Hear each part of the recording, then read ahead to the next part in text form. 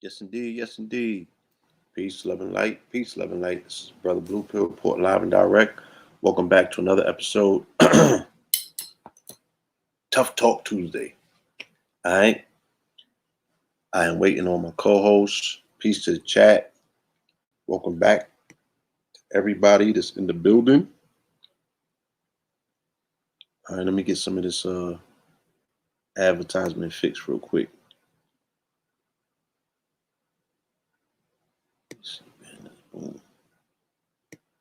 What's good with y'all? How you doing on this evening? Happy born day to our beloved brother.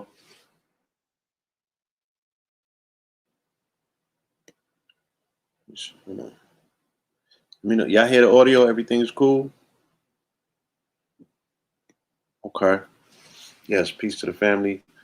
Malcolm X, Malcolm Little, El Malik. Don't let me jack his name up. El Malik El Shabazz. Well, El Hajj Malik El Shabazz. My bad. What's good with y'all?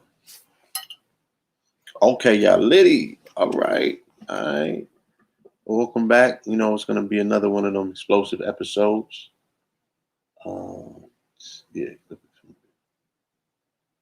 All right. Well, what's good with the family? What y'all been getting into? I saw some of y'all last night. I came through on that Melanin Monday with Red Pill. Shout out to Red Pill. Shout out to KT the Arts Degree. Shout out to Mama Pill. All right. Shout out to the entire family. Shout out to the shifters. Is that a Trump hat? What if it was a Trump hat? Nah. It's not a Trump hat. It's my trigger hat. Right? It's my Make Africa Great Again. So I could tell you a story about this hat, right? And I think I've mentioned it before in the program, but I'll tell the story again. You know, this hat is a social experiment. You feel me? This hat is a social experiment, especially on a day like today. Today is Tuesday. It's Mars Day, right? So Mars coincides with the color red. Let me see something real quick. We bring my co-host in the building for the evening. All right.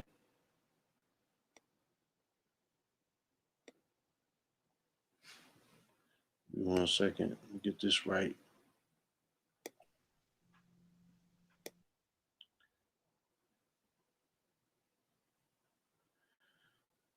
All right. Give me 1 second. I gotta change something down here. 1 second.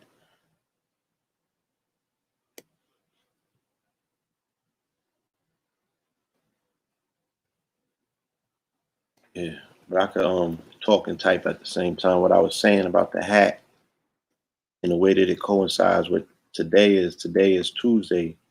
Tuesday coincides with the planet Mars. Mars coincides with the color red. The color red coincides with the root chakra, right? And the root chakra coincides with activation.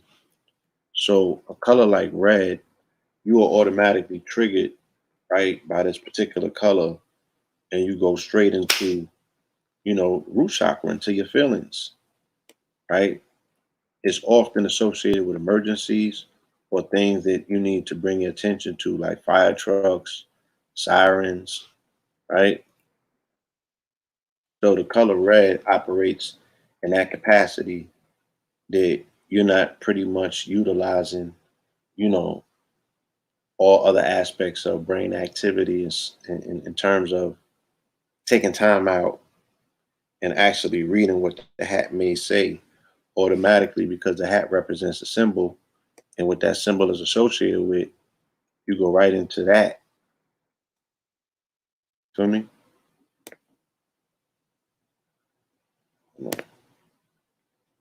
And I have seen that process play itself out on several occasions where, I asked the person, even if this hat did say what they thought it said, what's the sense of them getting angry with me because I have that particular hat on, and it would signify that I have allegiance to an ideology, but they're unwilling to confront that ideology itself, right? So they're more comfortable with attacking a motif or a symbol of what it represents than actually dealing with that energy, what the energy behind that particular symbol represents, right? So case in point, to alleviate all of the badness in the world, people have been programmed to think and believe that, oh, we're going to go to the polls in November and make sure that, you know, we put it on Trump and we transfer this pain and this mistrust or this disgust that we have, you know, they create a golem or a particular figure that you put all of your pain in and then you beat it like a pinata. But you never get around to dealing with the actual energy of what that symbol or that person represents or what's behind that. Because voting out Trump does not alleviate or confront or deal with the energy behind what he represents. So, peace to the God. What's up with it, bro? All is well. Can you What? talk up a little bit? Can you hear me? Let me see if it's my audio. Yo, yo, Yeah, yo, yo, yo. What's happening, bro? good. What's good with you, family? What's good? I just heard you talking about red. We didn't Yeah, plan. I was trying to perfectly line it up because I seen you when you came into the green room, and I'm like, oh, he got on red as well. So Yeah, yeah. you So called yeah, me, bring the God in at the same time, yeah. I got the red bracelet on too. and you got the red bracelet on. Yeah, Okay. coordinate.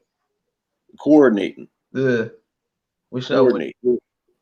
I got the red Sabi Genesis on for the Okay, family. You okay, know, okay, okay, the red and the, what I'm saying, we coordinating. okay, okay. I'm What's talking up? about What's up to everybody out there in the chat? Hope all is well with you and your family and all that. indeed, yes, indeed. Hope y'all Oh, good. Hope, it's always customary because we know how much weight a week can hold. We know how many things can happen in the span of a week these days. So so, always gonna ask you, what's good with you? How you been? Anything that you need to speak about in terms of that happens in your personal space between last time we spoke and now. mm, I kind of keep my private life private. It kind of comes out in my ideals though, you know what I'm saying? But yeah, I just like to show up for work, yo. You know what I'm Indeed. saying? I like to keep something for myself, right? So I'm not really the reality show cat, right? So the shit that happens in my personal life, you kind of hear it in my ideals. You know what I'm saying? So if it's, good day, I'm okay, bad day, I'm okay. You know what I'm saying? I just make sure to show up to work. Hard hat, pale, everything. You know what I mean? Right, right, right. Life is good, bro. Oh, life is beautiful. You know what I'm You know saying? Life is beautiful. And like the brother, we did an interview on the day after Tough Talk. I interviewed Chicago crypto bully, a brother that came through, kind of gave people an idea of what the new money matrix looks like. Mm, The fact that, for the most part, it's an even playing field because there's ways in which you can literally at this point create money out of thin air. And some I just seen an article today where they said 45% of the jobs that were lost during the coronavirus pandemic, they're not coming back. hmm, You know, mhm. so automatically, people should be resetting their minds to find different ways to feed themselves. you know what I'm saying, or to make a dime, or to Mhm. catch up in a race that is almost out to space. No Mhm. pun intended. Mhm. You feel me? Mhm. Because this is literally about, you know, to play this game, you got to be a billionaire, right? You got a lot of catching up to do in a short amount of time. And it can happen for you technically, but Mhm. goddamn it, you got some work to do, right? Huh. Yeah. But yo, on the real though, if you're a person with shit to sell, if people get if the government keeps cutting people checks, guess what? That's a great thing if you got something to sell, because people gonna spend, spend, spend. You know what I'm saying? So that's a beautiful thing. You know what I mean? So if you got something to sell, everything should be going up right now. You know what I'm saying? All your products should be hitting, the cash app should be hitting, because people got dough. You know what I'm saying? People got money, and it's about to be guaranteed for a second, for a minute. Unemployment is hitting. You know what I mean? No, son, let me tell you, there was the Uber was hitting crazy this weekend. That shit was like doubled and then some, right? And you had to wait 23 minutes for a ride, right? So this the A, you know what I'm saying? They came out of this shit like like the hellhounds, like they ain't hold nothing back. You feel me? They ain't leave nothing on the dance floor, son. Like they was out. You dig what I'm saying? And nobody had like nobody was so Atlanta got a different energy. So um That's a beautiful thing, yo. Everything cracking. OnlyFans cracking. You know what I'm saying? CMOS cracking. You know what I Seymour's crack. mean? Products is cracking. Everything's cracking. Everybody want to spend. It's a beautiful time. So, if there's something coming down the pipeline and shit explode in 9 months, yo, run it up, yo. You know what I'm saying? Run it up. The government is literally printing money with no backing. A beautiful time. But on the flip side of that, this time next year, maybe 2 years, you probably feel it really, really in three. You're gonna feel the inflation out of this world. So the price of bread will be $15. So you're gonna, your $100 is gonna spend like 60, right? So that's the downside of when you print up money like that. The inflation is crazy. So and you kind of feel it on time too.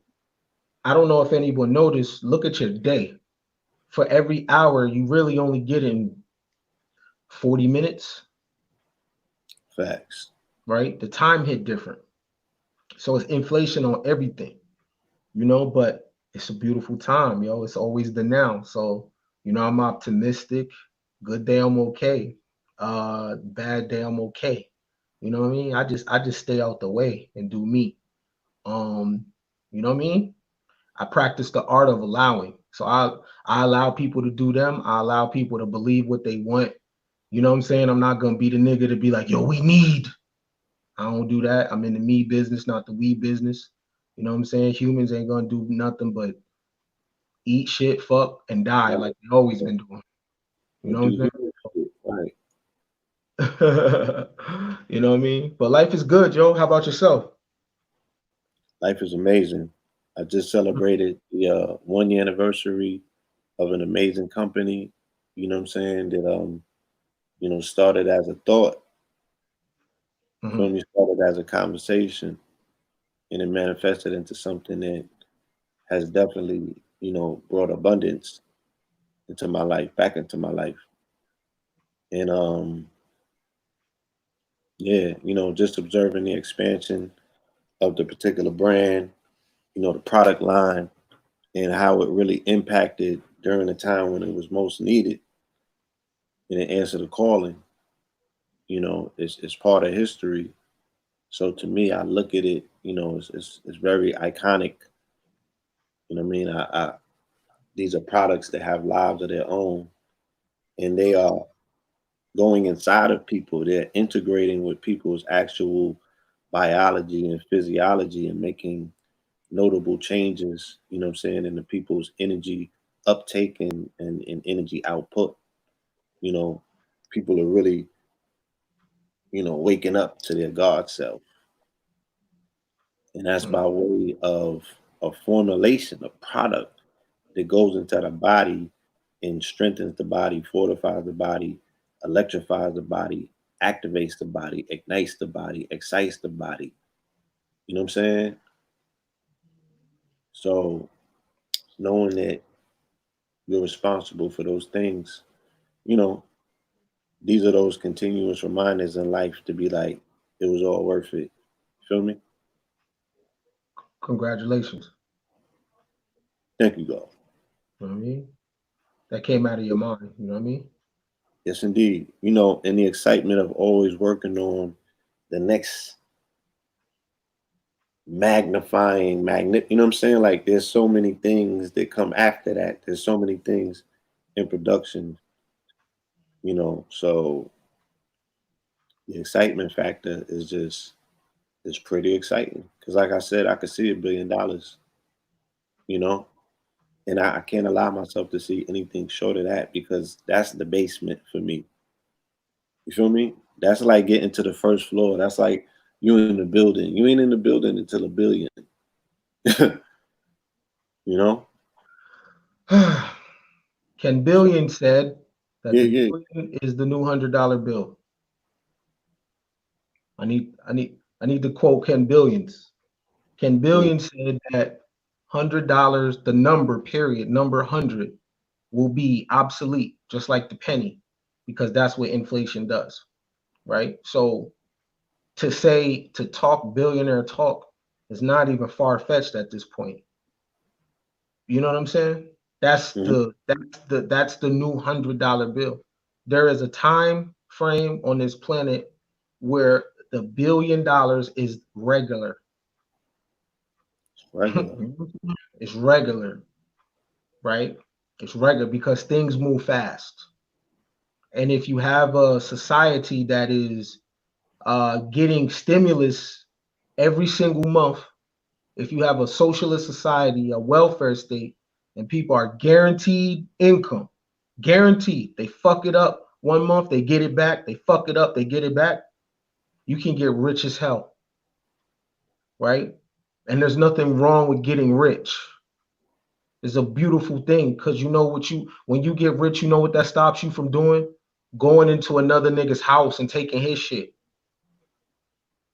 It allows you to walk around with a great attitude. It allows you to practice anonymous giving. It allows you to buy your time back so you can be a nerd, right? We ain't Facts. all we not, but everybody not gonna get a billion, but you could get 100 million.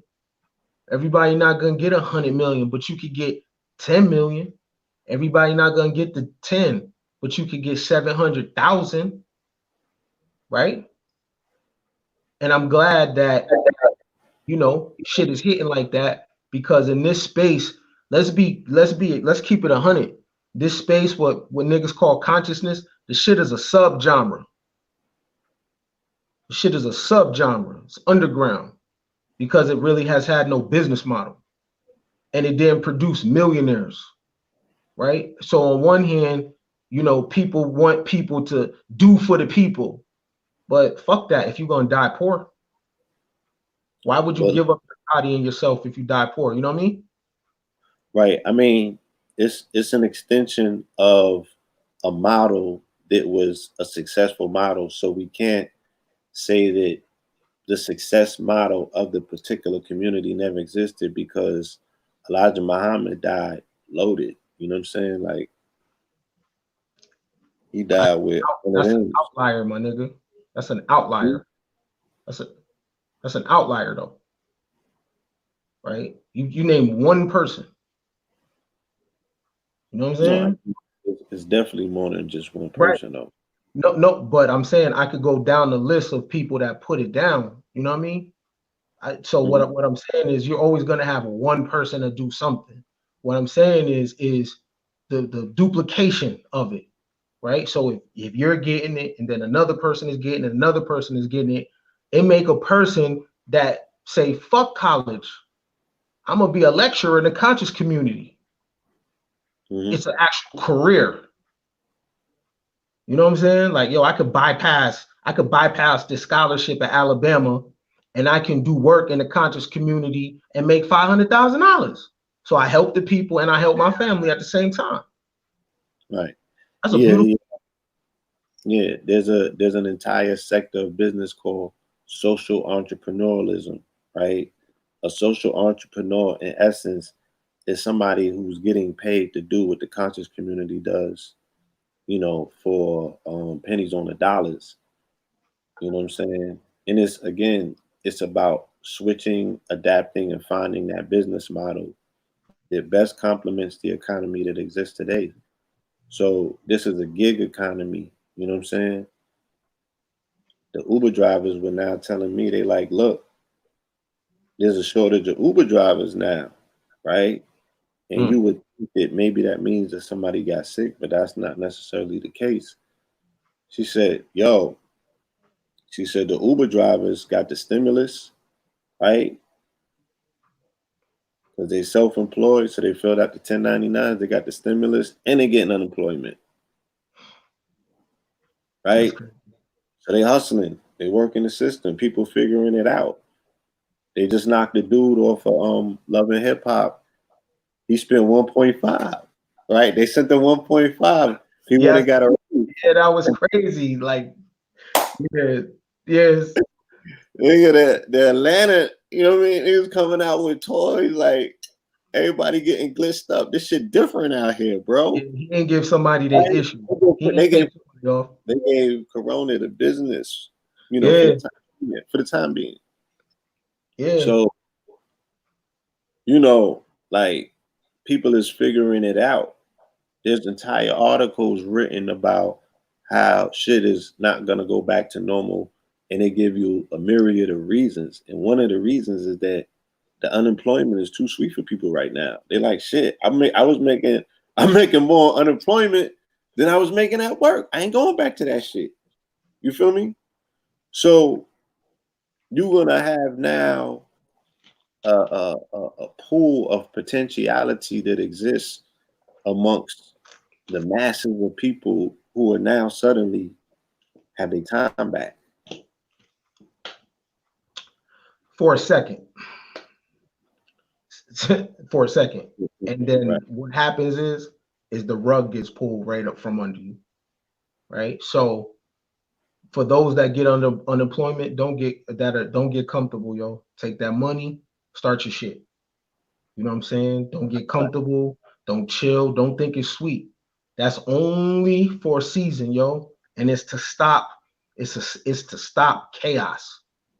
Right. You know what I'm saying? In time for them to move in the necessary machinations, because they already showing you what the play is. They're giving you access to the playbook. They like, and Trump is saying, I'm going to utilize the military to initiate, right, administering a vaccine, right? And that's when the money's gonna run out. That's when all that other shit is gonna hit the fan. That's when people are gonna get news and finally catch wind of what's going on. Then it's gonna be too late. You understand? So when the unemployment ends and the stimulus ends, there will be no more money. They will not cut you no more checks. Yeah, you're gonna have to get it how you get it. Let me put that on record too. After your season is up, however long you got, whether that's to November to December, you better make it work because it's a wrap, right? Public services, welfare, all that shit, it's a wrap. Right. They just getting this shit through the election. Once That's it. This shit is unapologetic. In the second term of Trump, he is delivering his base where he always promised them, right? And that was your head on a platter. That's when the purge begins. That's when they say the winter's coming. That's when that second wave hits. And that's when, under the threat of that shit, comes in the vaccines and the mandatory this and the mandatory that. So you don't have the luxury of being laid back right now. Mm-mm. You know what I'm saying? You got to put a plan in motion. You got to execute that plan, and you got to do it on a shoestring budget because it's that time. You're gonna have to learn how to stretch that like never before because it's not promised to come back around. And in that period of chaos that ensues, you know, you got less than 6 months away. And this is according to what they say, and you don't move on everything that's said to you. But I'm like, well, goddamn, you also don't sit there and wait for the motherfucking avalanche either, because they're explaining to you how they can perform these arrests, uh, seizures and you know, violate your private space. You know what I'm saying? Yo, bro, they got college courses. I'll pull this shit up. They got college courses at John Hopkins for contract tracing already. Hmm. That shit is a big business. Yeah. I'm mad I can't get no money in that shit. Cause this is the thing. Like, yeah, the ceiling, people got a window for the only people that's gonna be affected are the non-productive. That's it. Which is millions, but that's the only people that's gonna be affected because the floor has to change, right? Because everybody's not gonna die off, right? The republic will continue, but Right. everybody's gonna go though, right? So by the winter time, New Year's Eve, my birthday, you don't get nothing else. And America kind of have its old world feel where you eat what you kill. You know what I'm saying? And it's Hmm. going to take creativity. I'll give you another one, Blue. Even the social media star, them days is over too, because everybody's online, right? So you had lazy entrepreneurship, right? So you had people get rich on the internet that don't even know business. Them days is over too, right? You having access to all of your followers. Look at how the algorithm works. It's hard to get followers now. It's hard because you got it's so crowded. But I seen brands pop with no marketing strategy. Shit just was going viral. Them days is over, right? Now, kind of like how Soldier Boy got in the rap game, it was just him. How he popped on MySpace, and then it regulates itself, and now it makes it harder after that, right? So Hmm. the days of you just popping on social media without understanding the algorithm, without understanding search engine optimization, without you understand ads, right? Without you understanding Google keywords, understand people's brands have been popping without them reading no business books. I Right. call that luck. It's a great run. It's a hell of a run. You're not going to be able to do that no more though. You're going to have to be nice at your job because everybody's online now. Old people are online. Yo, you couldn't even go to Best Buy to get a camera light, bro. Bro, my shit was janky because my podcast system camera fizzed out. So I had to get a webcam. Couldn't find a webcam nowhere. Every Best Buy, not only in the city of Atlanta, but online as well. You cannot find webcams nowhere. You Hmm. get what I'm saying? But Facebook Marketplace, that's a whole different type of hub. But yeah, everybody was snatching that shit up because there's so many people online and there's so much data that's being created and mined right now. I got so many articles about real time tracing and tracking and crunching that they're doing right now in real time. You dig what I'm saying? Where they had an article out about they feel that at these rallies, right, these have been the environments that are spreading the coronavirus the most around the country because they saying that the people was getting infected.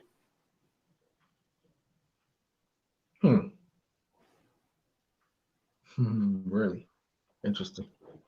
Right. But what's more interesting is this thing that they were able to track that through the cell phone, through the contact tracing.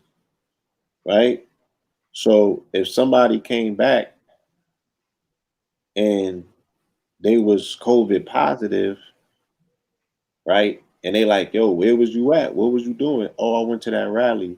And they got the phone information showing that that person was at the rally. They're utilizing the pings on the phone to other people in this vicinity to trace who came into contact with the COVID. And then they're running up on them people. So that's already taking place.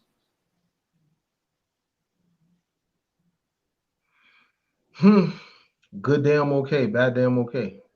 You know what I mean? Good damn Yeah. okay, bad damn okay. But yeah, you know what I'm saying? But it's dope that, you know, you already in your business. You know what I'm saying? You already in your business. Your shit is up and running. You'll do just fine. You know what I mean? For everybody else, you gonna have to be nice at your job, yo.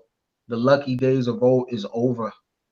You know what I Yeah. mean? You're gonna have to have grace and favor over you and your household. Because competition is active right now, right? You're gonna have to compete as much as you don't want to. For everybody that says I ain't in competition with nobody but myself, use a damn lie.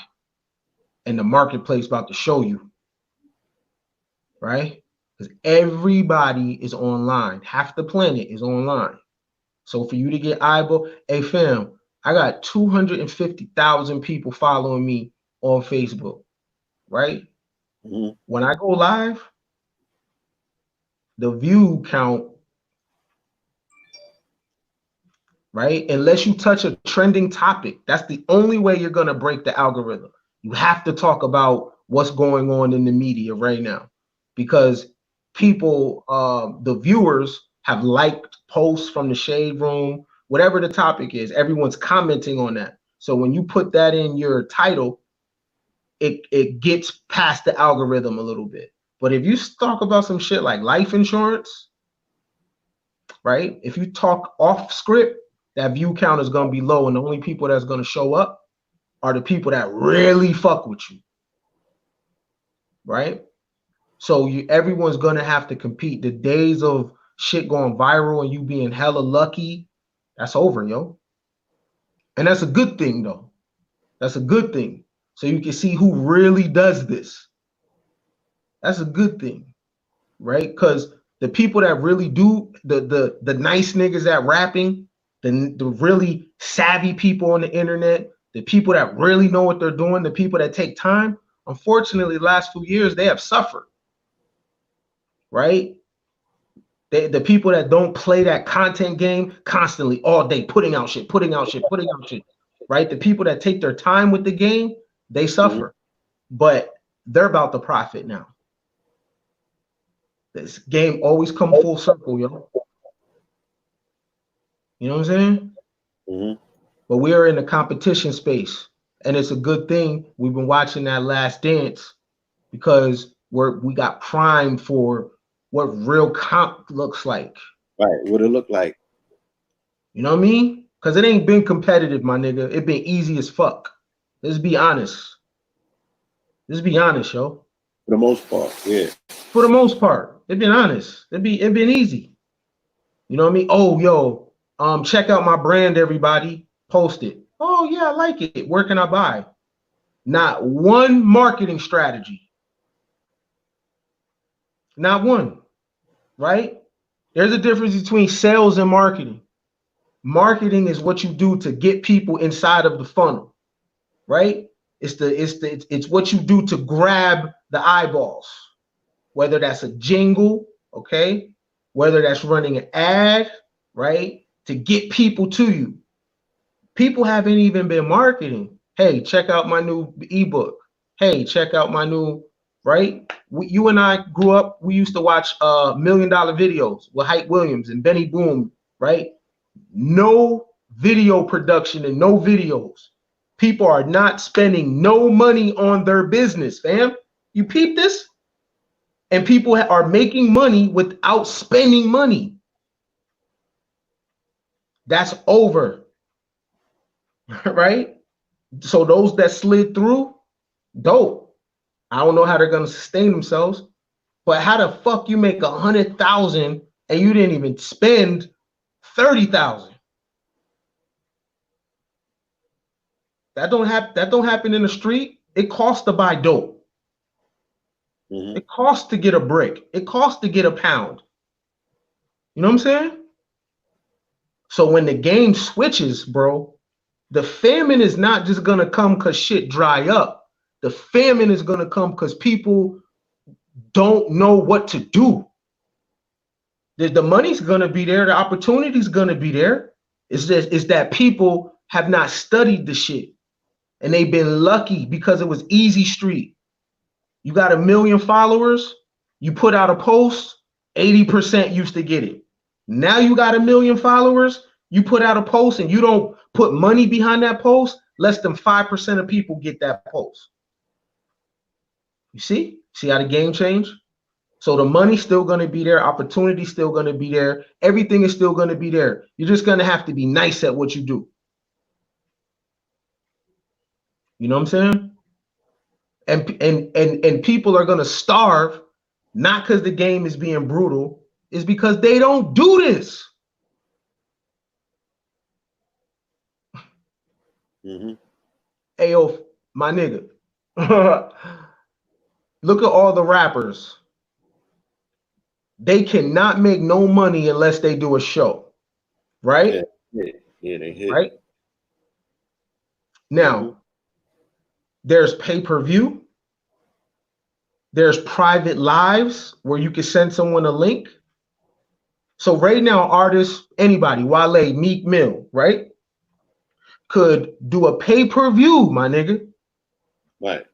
and have 25,000 people there at Easy. $30 a wop. Easy. Easy. Yo, Easy. this is not marketing. Hey, yo, my new album's on Tidal. Check it out. You serious? Oh, what if the marketing angle was pay to come inside of this room and you are in the recording booth with me, seeing me record a song? Yeah, that's hard. For a premium. That's right? hard. Yeah, that's hard. You a fly on the wall. Oh, let me. That's hard. That's hard. That's hard. Yeah. Yeah, that's hard. That's hard. That's a whole experience. That's hard though. Yeah. But that's creative. You see what I'm saying? Yeah. Cause I haven't seen no creative shit from no artist, bro. At all. Somebody At just all. At all. Their companies won't let them. Right? And that's a goddamn shame. Like even the dude, shout out to Young Dolph because he got a song off. He shot a video. You dig what I'm saying? And he got coronavirus in there. You know, he's touching on it a little bit. But for all of these other artists to say, "Yo, I'm independent," I'm like, well, what's that hitting for if we didn't see no creativity come from you? Right. You quarantine. Like you ain't cook nothing and chef it out. Cause niggas be sitting on whole projects just like, yo, this shit coming out next year. Like you don't got one joint off of it that you can't rinse one joint. Like nobody was rinsing. All of this shit was we was going in the past to set a mood and the vibes. It wasn't new shit that was slapping. Shit, Baby came out and fell on his face. Times is different. Right? The Baby fell backwards out the whip. So if these people are not getting contractually, you know, licensed and co-signed or given permission to make certain music, it seems like they just can't make certain music. Like they pen is really under contract. And they don't own their own person. So it's like you ain't see nobody face online. You ain't see nobody saying nothing. You ain't see nobody jugging. Boosie was juggling because he's not part of that particular machine. So he can show you a little independent, you know what I'm saying, ingenuity, but these niggas was pushing packs before. Like, where's the ingenuity on how to get the product, you know what I'm saying, to the fame in the quarantine and double the price? This is the marketing strategy. Yo, everybody, my album's on Tidal. Peep it. Oh no, I need you to share my post, right? Yeah. Especially if you was on my album, you got to share my tweet to say, yo, Yeah. Blue Pill album is out now. Go get that. Yeah. And if you don't, we got beef. I'm shooting Yeah. at you. You feel what I'm? So it's like this shit don't even. That is the extent of their marketing campaigns, and they got $1 million budgets for this shit. Right? I do you one better. We was talking about inflation. This is how art has been inflated because people have the game twisted. Everybody is in a race to be first and post and have so much shit out there. What they don't realize is it lowers your value.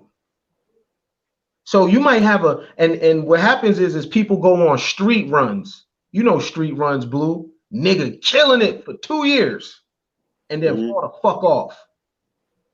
Right? When you think about all the niggas in the street, these niggas wasn't grinding for 10 years. Them was 8-month runs, my nigga. And out and never get back, right? So when you constantly putting out music and you're constantly putting out content all day long, what it is dropping your value.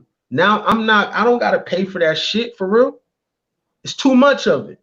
You know what I'm saying? So what artists, not even just artists, lecturers, everybody, the mistake that people make, they don't curate their own content.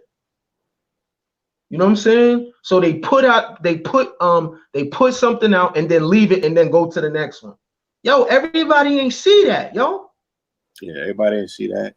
Everybody ain't see that. Like, yeah. Work that post. Yeah, and hey. in the game, you tell a bitch to walk up and down the blade. Cause I don't give a damn. Every trick ain't see you. Go up and down this motherfucker until your feet peel. That's how you want to treat your posts. Because everybody ain't see it. Understand, yo, if you got 10,000 followers, the way the algorithm works, the majority of the people have not seen your post. That's a fact. Right? So everybody that's a creator, you might gotta double back and re-release that post you did 3 months ago because everybody ain't see it. And this is how you able to upcharge on your shit. And when they see you post, they got value. People fuck with it because they know you don't post often. Yo fam, the Chrysler 300 is priced at the way it is because everybody could get it. Nigga, Bentley don't do commercials, bro. Ferraris, you gotta read the Rob Report. You know what I'm saying? Because if everybody could get the shit, the price go down. Right? So when you for everybody, your price go down. I ain't paying for that shit. I'm not paying for that. You for everybody.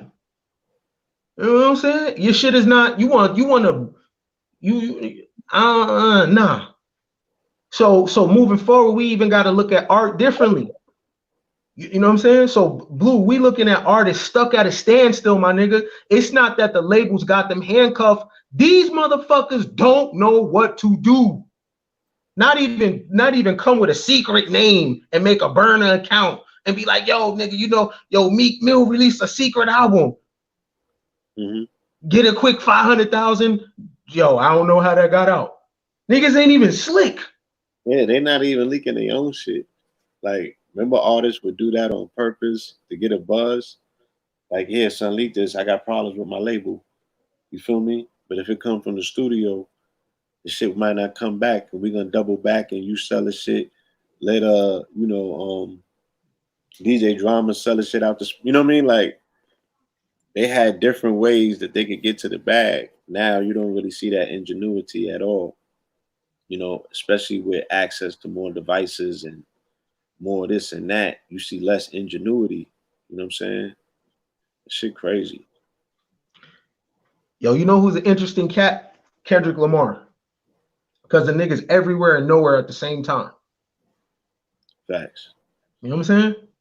Yo, first of all, when he drops an album, he works that shit for 2 years. 2 years. It's a project. It's a he lays it out. So this is an approach for artists. Remember, Ken Billy told you this.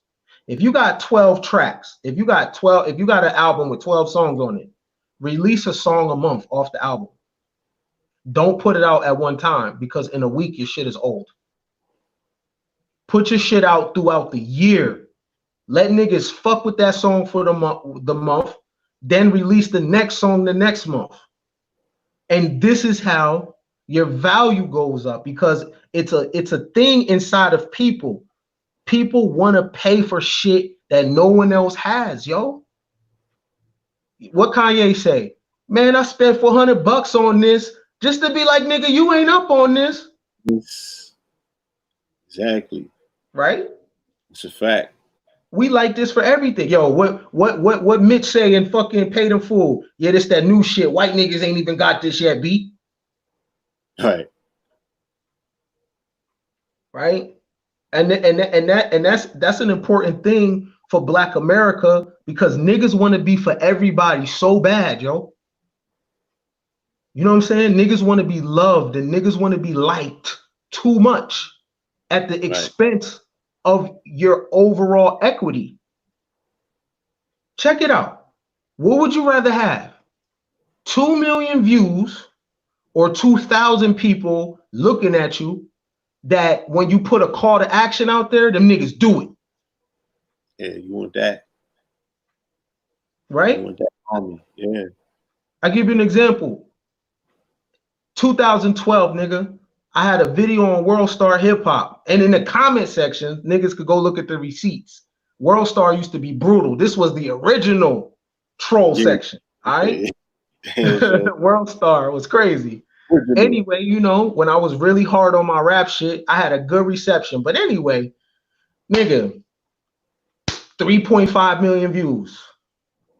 I had an album on iTunes. Not one person bought it. Listen what I just told you. 3.5 million views, my nigga. And in the comment section, yo, this nigga hot. Woo, woo, woo, woo. Not one person bought it. And then I've done a live with 100 people and everybody fucked with my shit. You feel what I'm saying? Shit crazy. Bruh, I'm thinking I'm finna jug. I'm like, woo, look at this. Woo. Yeah, you out of here. I'm going to my back office, nigga. Nothing moving.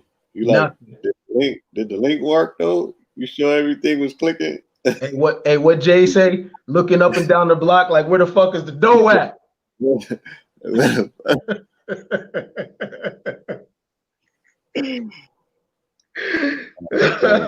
I mean, yo, as a competitor, because I know you're very competitive, you know, what was the way that you decided to rebound from that? Like, how did you work that out in your mind? How did you deal with that blow to the gut?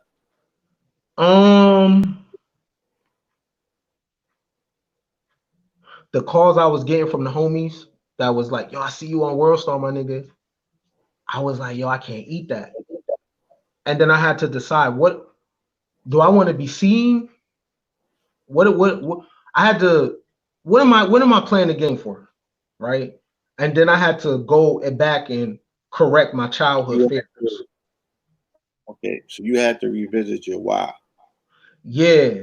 Was I doing this on some, mommy, look at me. I'm riding a bike, mommy, look, mommy. Right? Because one thing about the attention economy, it's dopamine related.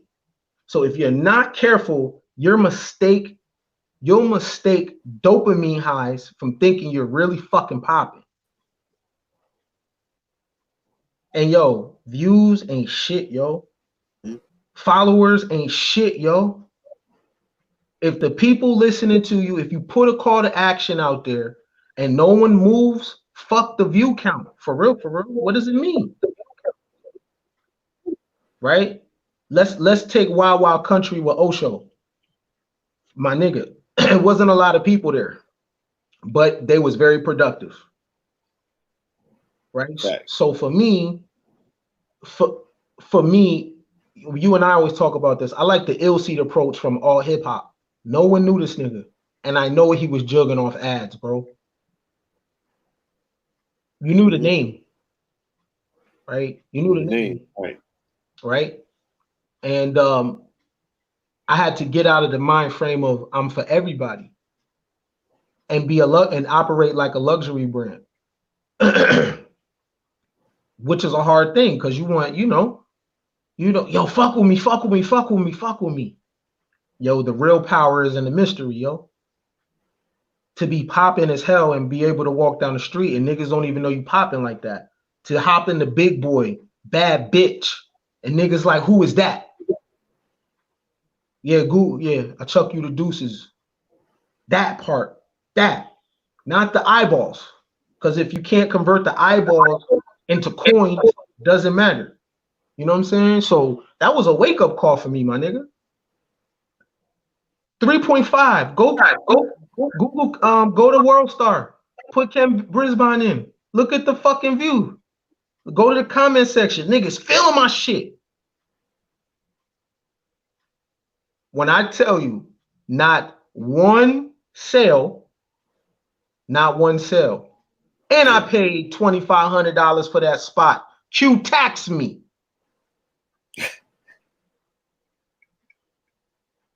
Real shit. I'm just keeping it in the stack, right? Yeah. But Damn. then I learned the game, Blue.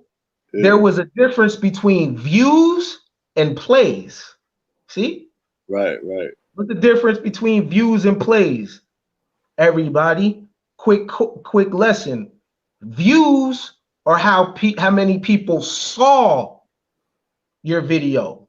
So just like a billboard, when you're driving down the Yeah. street, people look up at your billboard, Right. right? Plays is different, and it only counts like 45 seconds. So if it's not played past a certain number, it doesn't register. So when you're looking at something and it got this crazy count to it, those are views. They're not plays. Yeah, they just eyeballs. They're just eyeballs. I learned cost me $2,500 for that lesson. And this is why I charge for my game, because I don't got no fucking big homie. I don't got no uncle in the game. I ain't got no brother in the game. I ain't got mama, nobody in that shit. My shit cost me money. You know what I'm saying? Cost me money to get. That's my initiation bread. You know what I mean? Hey, So, paid your dues literally in oh my USD. god, nigga, that was very humbling. Yeah. Nigga, because I used the American Express, my American Express, to do that. Yeah, Okay. yeah, and that came with a bill too. So it cost me 25 plus another bill. Young nigga. World Star was popping in 2012. That's what I'm saying. You paid for a World Star education. Yeah, literally. You paid for. I mean, because you could have. You know, you got to upsell the experience. So I guess it also is a back end to be made by a nigga upselling that experience. Like, what nigga? I did 3.5. You come back to the hood, you start booking little shows turn to, maybe an opening spot for something. You gotta hustle at. So Yeah, I mean, yeah.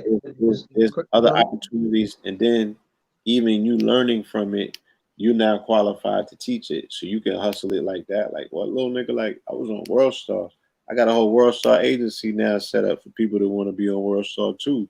Is everybody gonna want to do what I just did? So there's different ways that you probably could approach it and spun it and got your bread worth from it. You know what I'm saying? But you got an education that you had to pay for, and Yeah. And I say yo, if it's only 10 people on your live, this is for the creators.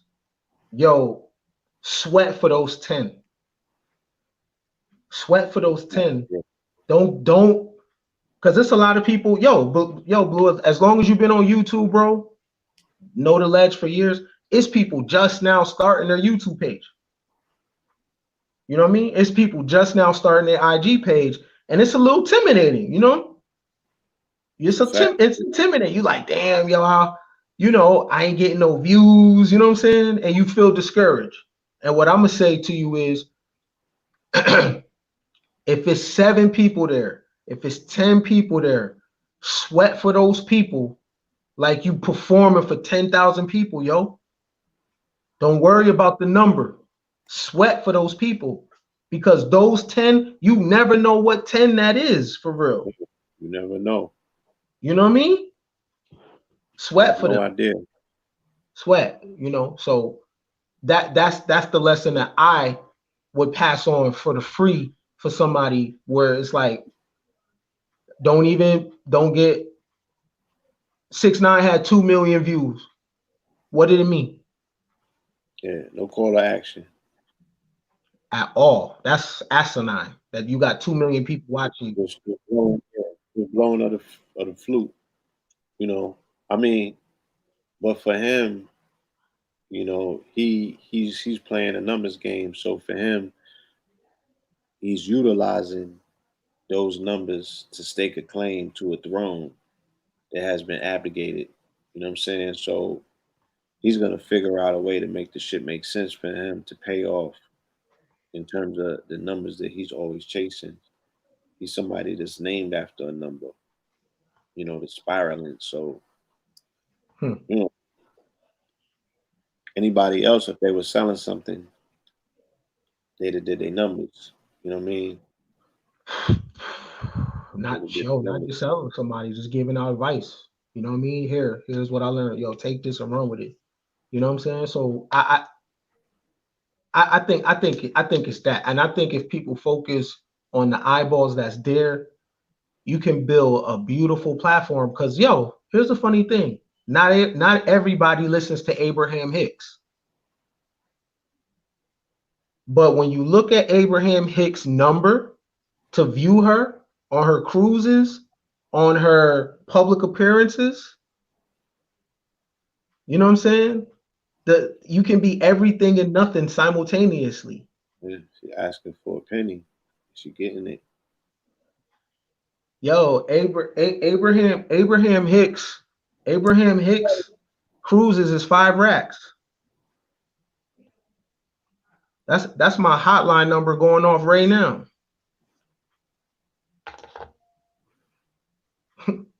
That's the number game hotline ringing right now while I'm talking. You know what I mean? Why? Why would somebody? And I charge per minute. That's real quantum shit. I charge them by the minute. I don't make money by the hour. I make money by the minute. That's quantum. Before the corona, right? Now why? Because I'm gonna keep it a stack with somebody, right? And in the new world, in the new world, I'm only gonna talk to creating content for people, and the content is shit that they can control. The number one thing they can control is what? Their life. Can't control the Federal Reserve.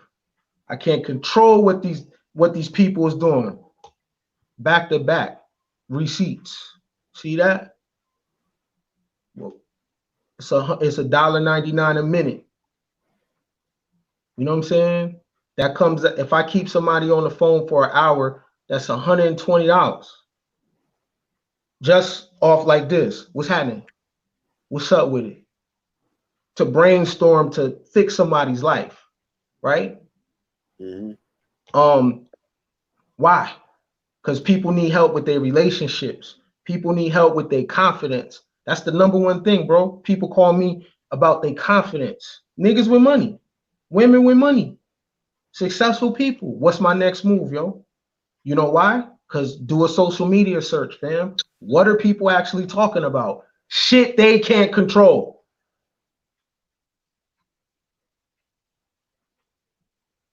That's old world, fam.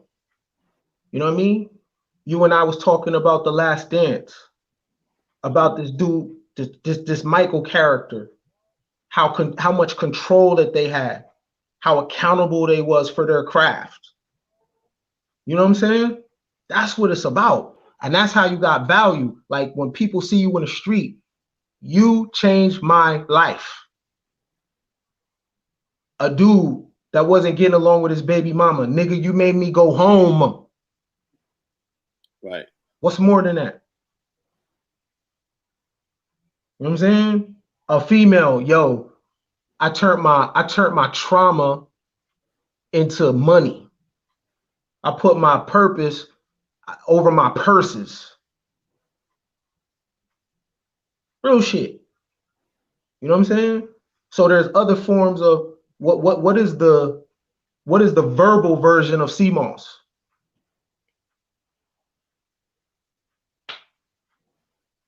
You know what I'm saying? Mm. Niggas got fire going in their throat. Pause that. Then they need it going in their ear. You know what I'm saying? That's the new world, right? But that's what shit like WorldStar. This is why I can have a hotline, because I paid literally, fam, hundreds of thousands of dollars I've paid for the game. Literally. Mm. Sending work through the mail and it getting tagged, that counts. Mm-hmm. Right? That counts.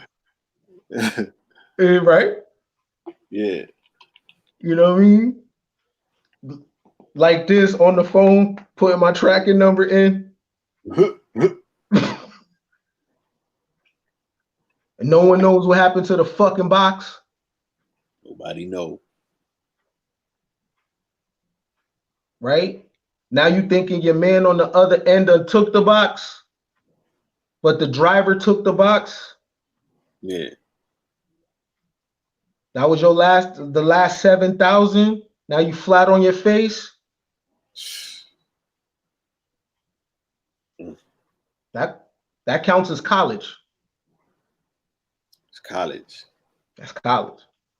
That's Expensive tuition course. out of school. Yeah. Expensive courses.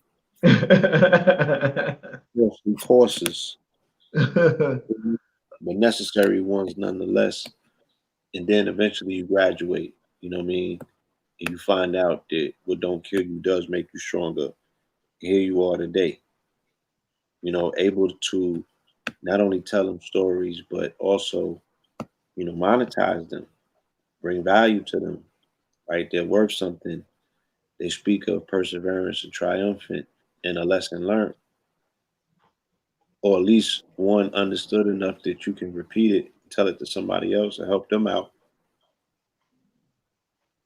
Because you know, a lot of this world is very much game goofy.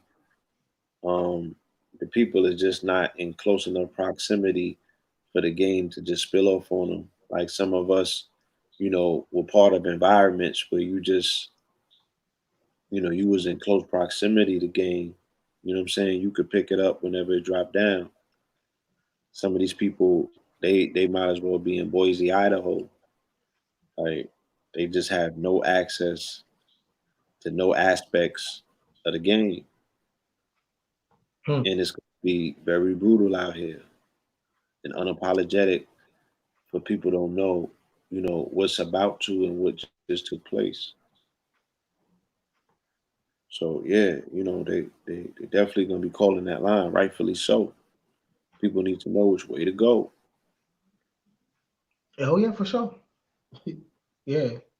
And I ain't even that type of nigga. I usually keep my shit private. But I wanted to, like, that's my number, 888-565-8734. That's a real human being calling my shit. Called me 3 times just now. Hmm. You know what I'm saying? It's 12 o'clock at night. This line is 24 hours. You know what I'm saying? So this was 2 years ago I came up with this. Oh shit. Niggas in my inbox asking me questions. People asking me questions. Yo, I need a hotline. Fuck that. You know what I mean? I need a hotline. I don't want to do a brick and mortar. Because my shit is game, right? Game. I could think old world and get a brick and mortar and wait for people to come. Or I could be like, hit my hotline, bro. Anytime you could be coming out the club. Yo, Ken, yo, I just want to ask you something real quick, my nigga. Yo, you know what I'm Mhm. saying? That was years ago. Now look at real estate. Now look at the real estate market. A real estate apocalypse, Mm. right? So had I had a brick and mortar, it would have folded. Right. You'd have been sick right about now. Sick. You know what I'm saying? Sick. But yo, I wanted to ask you, bro, now that the Last Dance documentary is over, what's your thoughts, bro, on those 10, you know, how are you digesting what you've seen? What do you think? And Um, two part question. What do you think about the piece, the work, and then how does it integrate? I'm gonna go your space. How does what you see integrate into the law 44? um,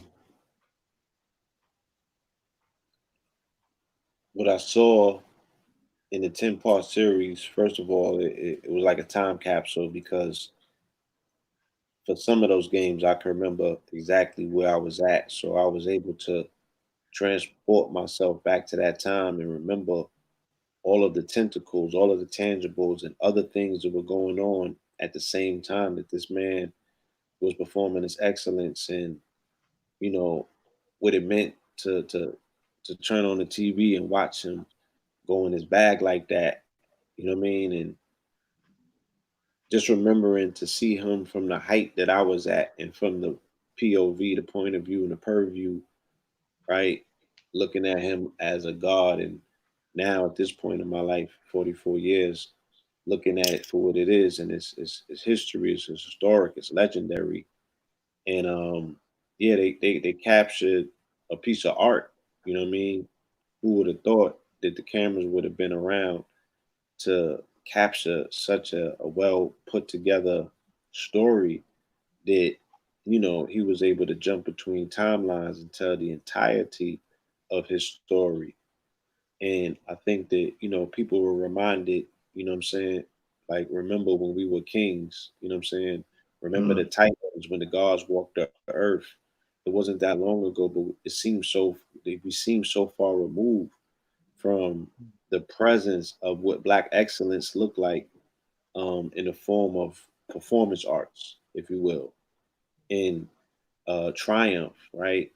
The competitiveness of going out on that dance floor every night and giving it what you got, and utilizing, your willpower to make an art form out of winning, mm, and this person's desire to win, and this young brother, this melanated brother coming from Wilmington, North Carolina, representing a stock of melanated men who exemplify excellence, in terms of however they execute in their endeavors. Now, there were many drug lords and underworld bosses that came from Wilmington as well.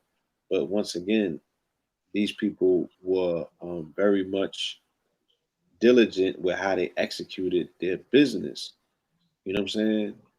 But Wilmington was also a hub of what we could call like a Black Wall Street in North Carolina at the time. So he comes from a stock and a soil, you know, that when we saw our brothers and they was upright and just like Superman with their abilities, once they dedicate themselves to something and hone their talents and zone in, and especially the nurturing of a father at that time, you know, and the fact that he also was embraced by key father figures in his journey. Um, it just, to me, it was just an unprecedented reminder, for any black man that might be sitting home, melanated man, Moorish man, whatever you want to spin it and call it, however you want to frame it and cut it, right? If you have a inkling and a twinkling of an understanding of the spark that exists within you, you owe it to that spark.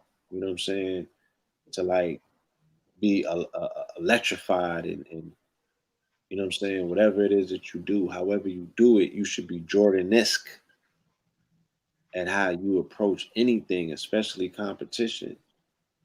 You know, so I think that it was a very timely reminder of what God looked like when He is responding to a challenge, to the call of competition.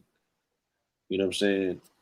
And and what the beauty of teamwork looks like as well, the role players, then the necessity of the team. The team that's built around the great one, the team that puts on for the spirit of a city.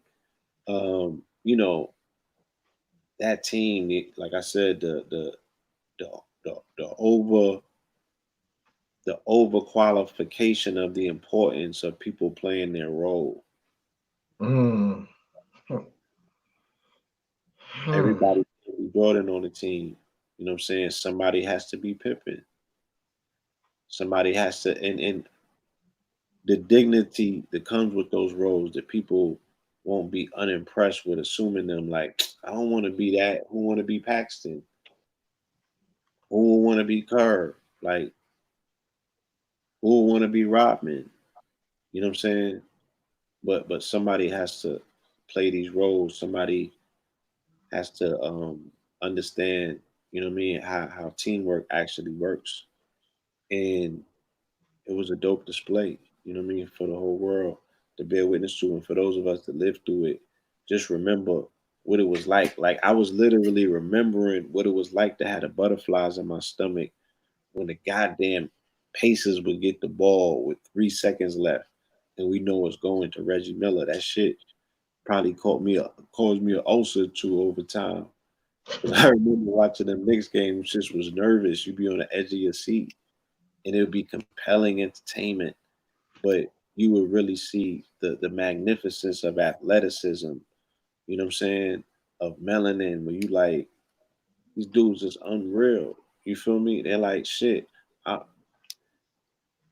maybe I'm unreal as well in whatever it is that I do. Like I remember extracting courage and determination and all of these things from these characters that I was bearing witness to that was doing superhuman things on my TV. You feel me?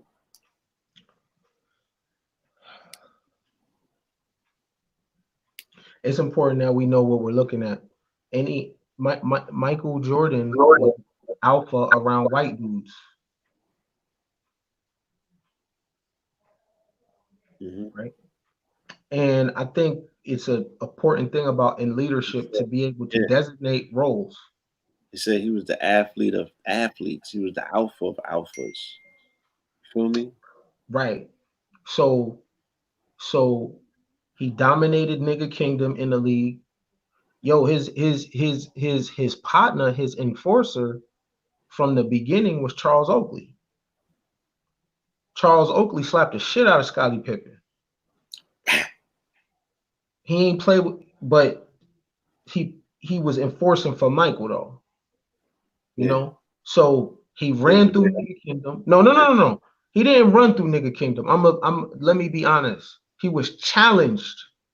He was challenged, and he rose to the occasion. Now, why is that important?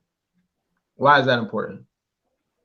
Is because us being the so-called black community in America, the way we look at challenge, we kind of nut up a little bit, and we deal with fantasy on what we would like the world to be and not what it actually is, right?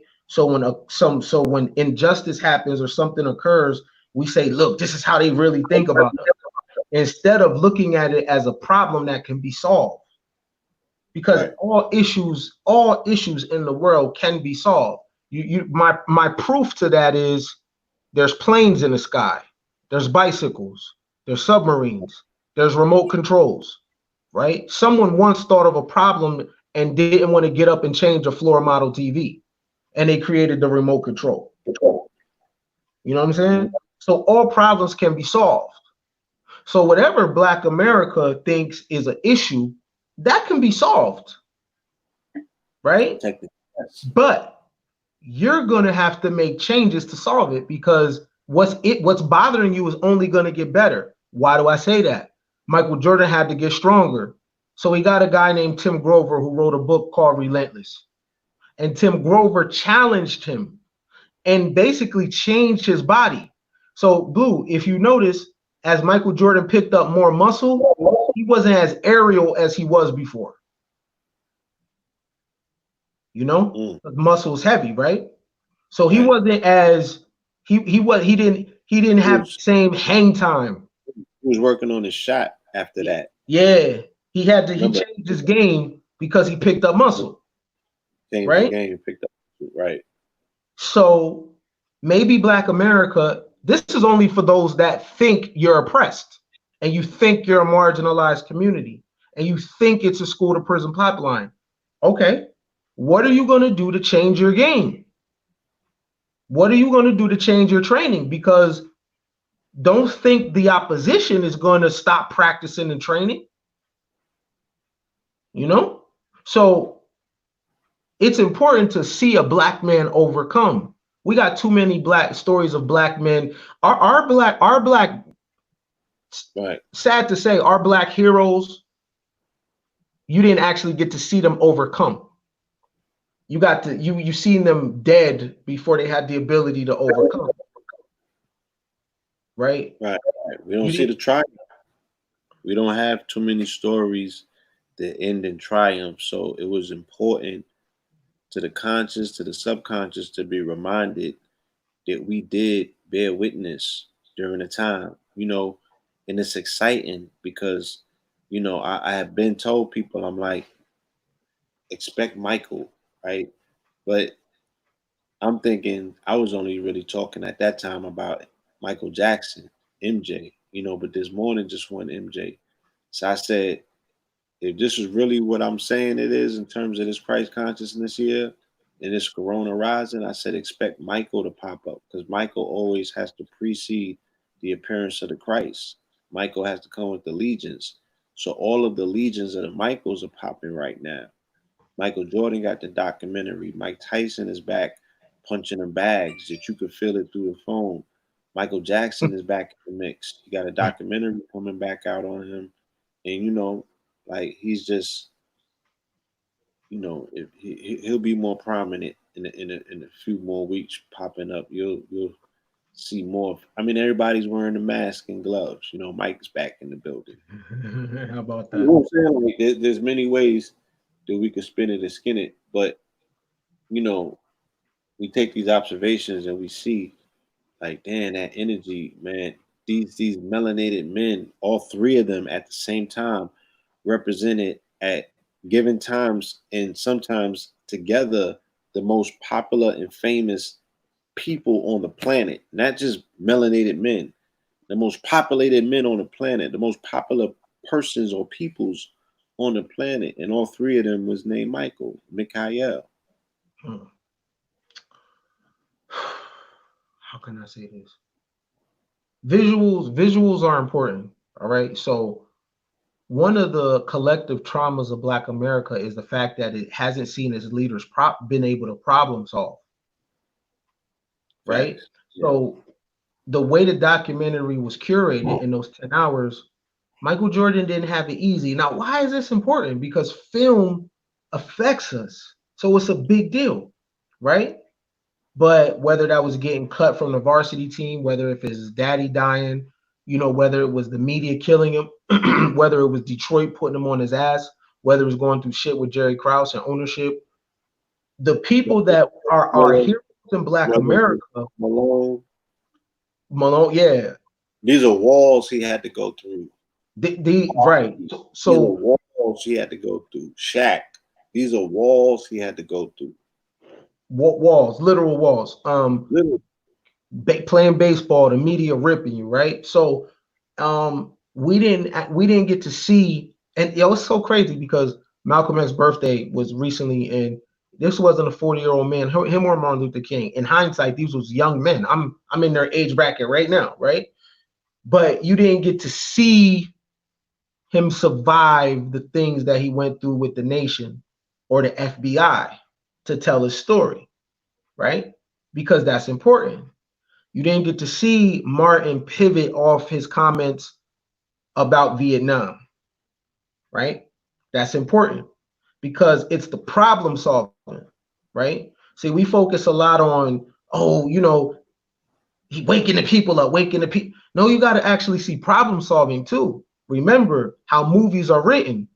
You have the beginning, then you got the middle, you got the ending. In the ending, you see the, you know, the hero gets the girl, he solves the problem. That has an effect on your subconscious mind.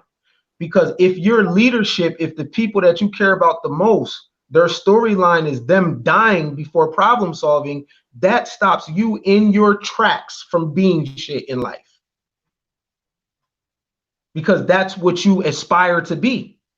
You aspire to be a martyr. There's no problem solving, which is important because you got to see the full spectrum of the people that you call your heroes. You know what I'm saying? So it's unfortunate that you didn't get to see them in their most trying times pivot some type of way. You know what I mean? You know them dying, which has an effect on you because you take on their characteristics. You know what I'm saying? So this is why collectively niggas say we have never been, you know, America is bad for us. Everything that comes out of, most of the things that come out of Black America's mind is very pessimistic. You know what I mean? There's no optimism. It's very bleak. It's very grim, and that's not your fault. You might not know that you're saying them things. You might not know that you're talking that way, but you're talking that way for a reason because of the things that you've heard and the things that you've seen. So you don't even know you're under a form of mind control because your heroes never win in the end.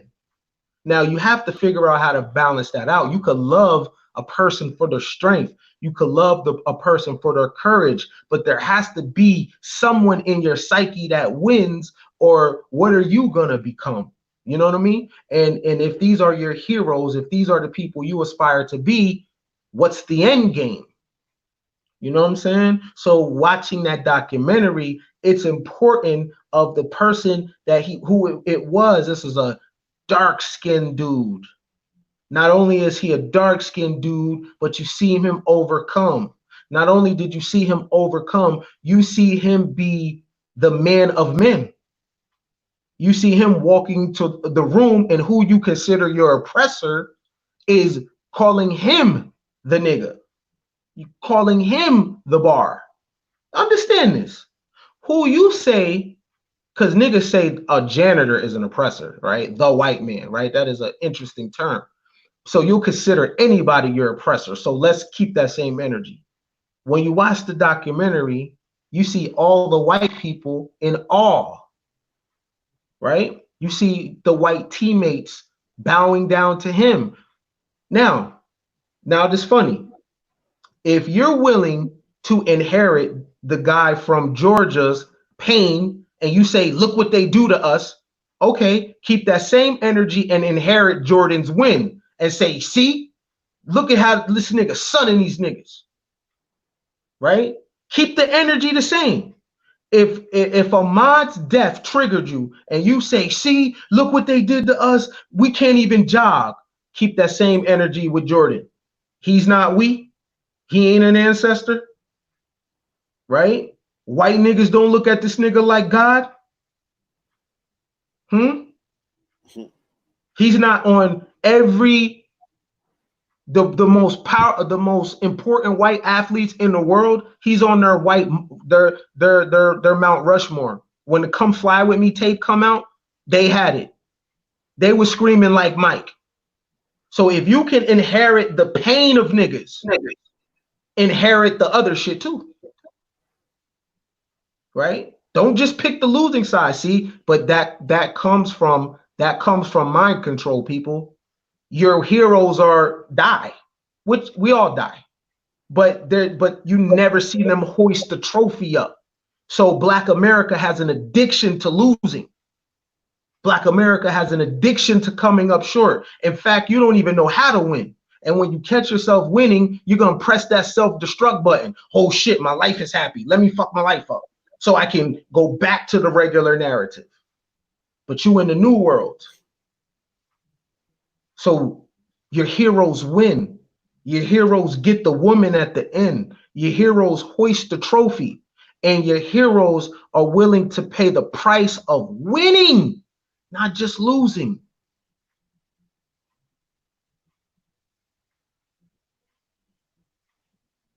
It's a fact. You know, that's important, Blue. That's it. That's important. Yeah. Vital. It's essential. You know, right? That you get to see what victory looks like. It's essential. You know, because collectively, not every melanated person, but for the most part, the Black narrative is a losing narrative to the point where I'll just use myself as an example. I be so much in my own world and I'm so confident in myself. Niggas say I'm white. I had a baby by a Black woman and never left her. What's more blacker than that? What's more blacker than that? I mean, you know, it's Black family. Wait, hold on, time out. Hold on. What's more blacker than that? Not even a Black woman with a child. I mean, that should be regular, you know. I mean, but what's more? If you're gonna hoist a trophy for a nigga, wouldn't it be? Because niggas do leave their families, right? Okay. They do. Right. So I'm using myself as an example because when you think like a European. So wait a minute. So Europeans think highly of themselves? Europeans have a standard? Is that what you're saying? Europeans expect to win? Is that what you're saying? Right? Is that what we're saying? Are we admitting that? That niggas have an anything goes culture and there's no standard? Are we admitting that? Because when you say, you think white, what does that mean? Because when you look at early 1900 Black America, Black people are very conservative. What is the mindset that built Black Wall Street? What kind of thinking did they have? I knew how they dressed. They were suited and booted. They wasn't liberals. They were not liberals. Right. That wasn't even popping then. Mm-hmm. You know? I'm just saying. Conservative Black Republicans. Right. It's just interesting that we link winning with crackers and we link pain and suffering to nigga. You're not a real nigga unless you suffer. Not suffer trying to be great, just suffer. Right? Put a black successful person on a platform.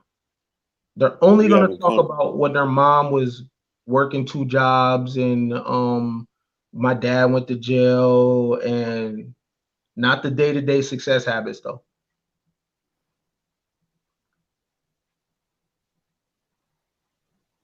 White people talk about how to be successful. Black people talk about how hard it is. Collectively. That's a problem. And if you haven't suffered enough, you ain't real. What you know about that, nigga? My homie got his brains blew out right in front of me. What you know about? I don't want that fucking memory, nigga. I cannot unsee those dope fiends when I was little, my nigga. I can't unsee that. Niggas' mom sucking dick for crack, nigga. I can't unsee that. That's real. That's what I needed to be a real nigga. I don't want that. Nigga, here, yo, you can have my felonies here. Take them shits. Right? I want to pay the price of winning. I don't want to pay the price of mediocrity. You know? So, but the other part of the question I asked you, Because I know you know how to fit the 4-4, in places. Yeah, there was just a lot of key 44 placements that were there that we can see, and it wasn't there. I mean, it was there and that we couldn't see. Like a lot of people wouldn't put together Rob Thorne, the person responsible for signing him. He has a 44 connection. I think he wore 44 jersey or what have you. And 44 years after that, it was retired. Um, Also, in Space Jam, he scored 44 points in that movie, right? Interesting. Yeah, Okay. I didn't the know that. 30 Okay. the 35 points that were scored by him in 44 minutes, for the Utah game. Hmm. You know what I'm saying? When he made that the most epic run, they said, what I'm saying, when he was sick and what have you. No, not the one before he was sick, when he closed the gap on the other one and he came back and played. Hmm. But there was some epic 44 moments scattered throughout there. Um, but you know, what I would speak to it specifically is that 44 represents the energy of Mars, and the bulls are a red energy, and Mars is Aries. Aries is the ox. A bull is one thing, but when you seen that bull with the ring in its nose, you thought of an ox. You know, the way that he would charge with his tongue out and his nostrils flared.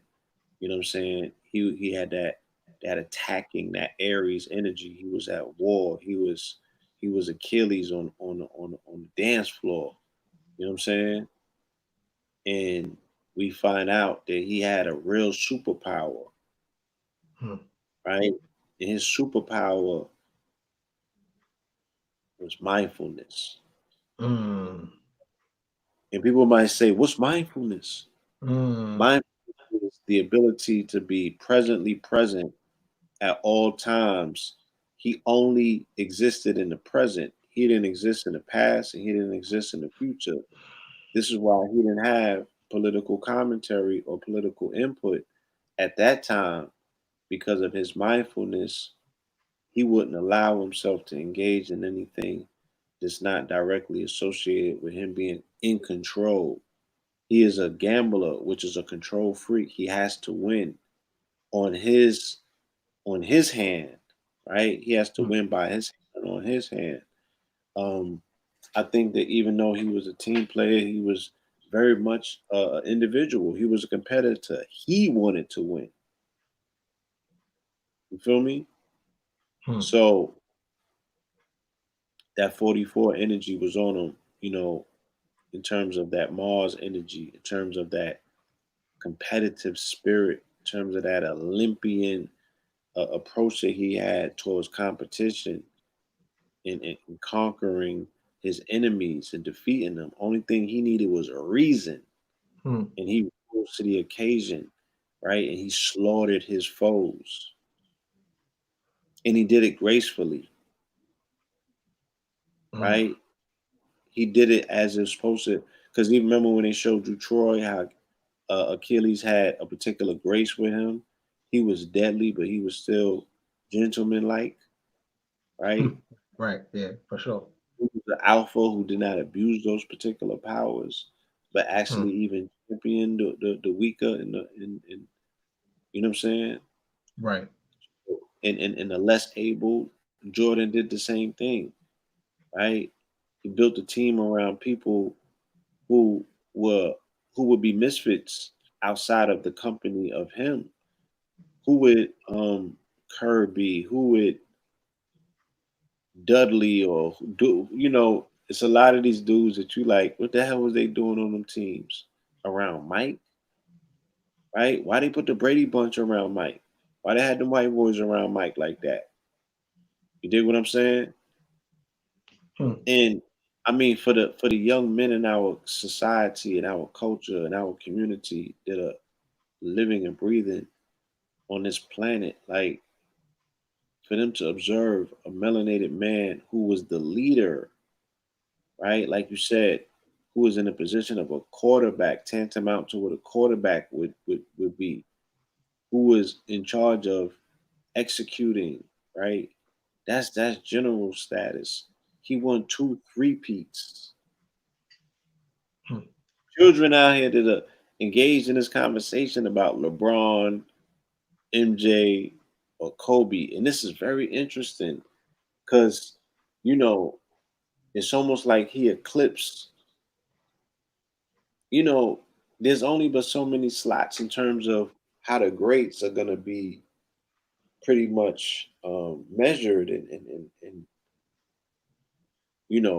held up to a particular standard, and that podium is getting real slim because there's mad people that's still alive that qualify to stand on that podium. Everybody can't stand on that podium, right? Case in point, like I said, when Zion came in, he pumped the shit up to a degree where somebody had to get off the mountain. It was too Mhm. crowded. Kobe died right after, a week after that, a week after Zion's return, or Zion's entry into the game when he scored those 22 points in those 44 minutes and all of that. So Hmm. it, it, it's very interesting, you know, the level of greatness that these men who are still alive, who still hold that ashe, they still are gods that are walking on this planet, living at this time, right? They are stars that are waiting. They're Beetlejuice that the world is waiting to supernova. People are Hmm. just waiting at this point, like, okay, how he gonna die now, Hmm. right? Hmm. That's what we don't know about Jordan. How's he gonna die, right? We want to know, Hmm. is Mike Tyson gonna lace up and fight again? You feel me? These is Hmm. exciting times, bro. Yeah, yeah, yeah, yeah. They're super exciting times because Michael Jordan symbolizes what I've been talking about all along, the importance of individuality. Now, let me tell so people understand. Without solid individuality, you don't have solid collective. Right. You know, we're the people is all about collective. We need to come together. The highest form of leadership is I'm not going to tell you that we need to come together. What I'm going to do is I'm going to make my campaign so fire that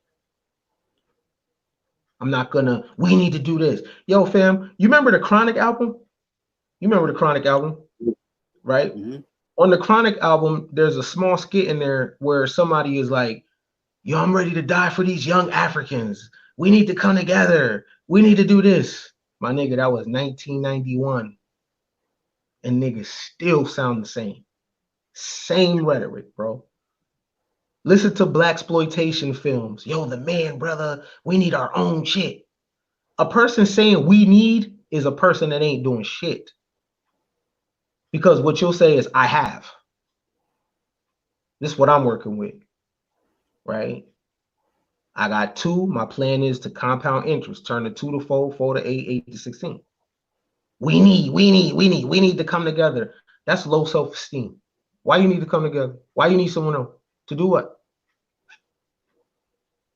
Motion attracts motion, right? Movement attracts what? More movement.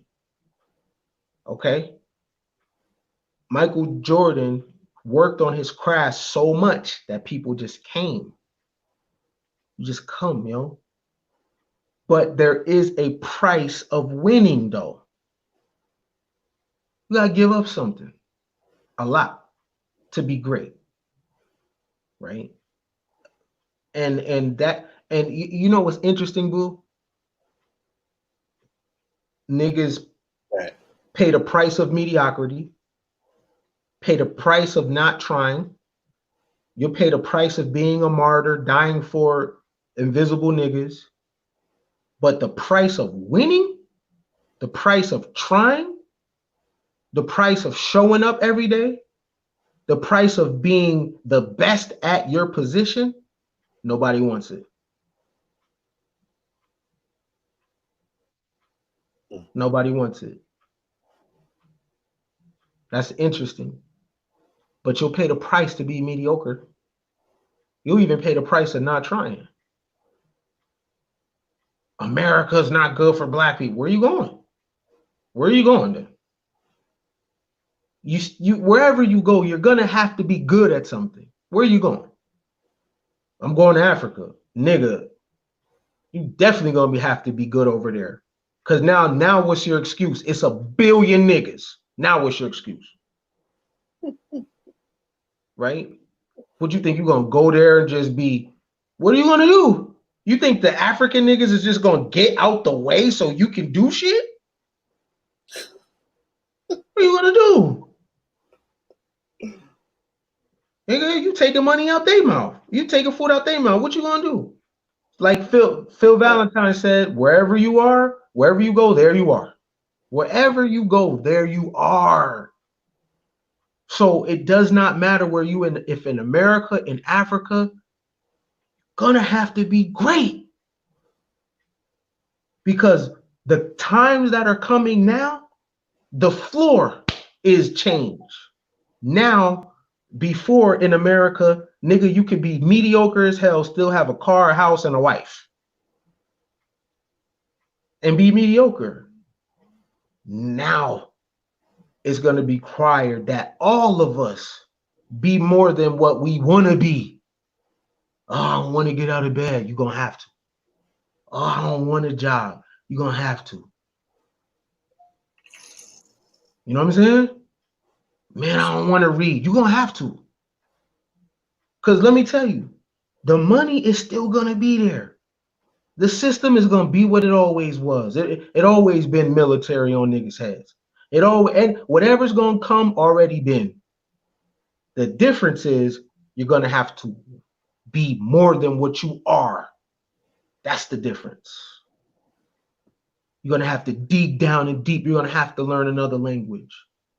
You're going to have to read complicated books. You're going to have to listen to people's live chats. My nigga, people will come to your live chat and tell you what to talk about. Hey, talk about the government doing it. Nigga, that's confirmation bias. So the only reason you're here is to hear me talk about shit that you make you feel like, right on, brother, teach. Oh, you must feel comfortable. Them days is over, nigga. I listen to Rush Limbaugh, not for what are y'all talking about over there? You might got a little nugget. I'm trying to be uncomfortable, right? Because I want to be challenged, boo. Yo, my life is the shit, bro, nigga. It's certain things in my life I can't even discuss because it got other parties involved. But the life niggas want to live, I be living that shit straight up. With no big homie, with no vouchers, with none of that, nigga. I do what the fuck I want, wake up when I want. It's women I don't want that niggas would be like, I'll wife that. How about that?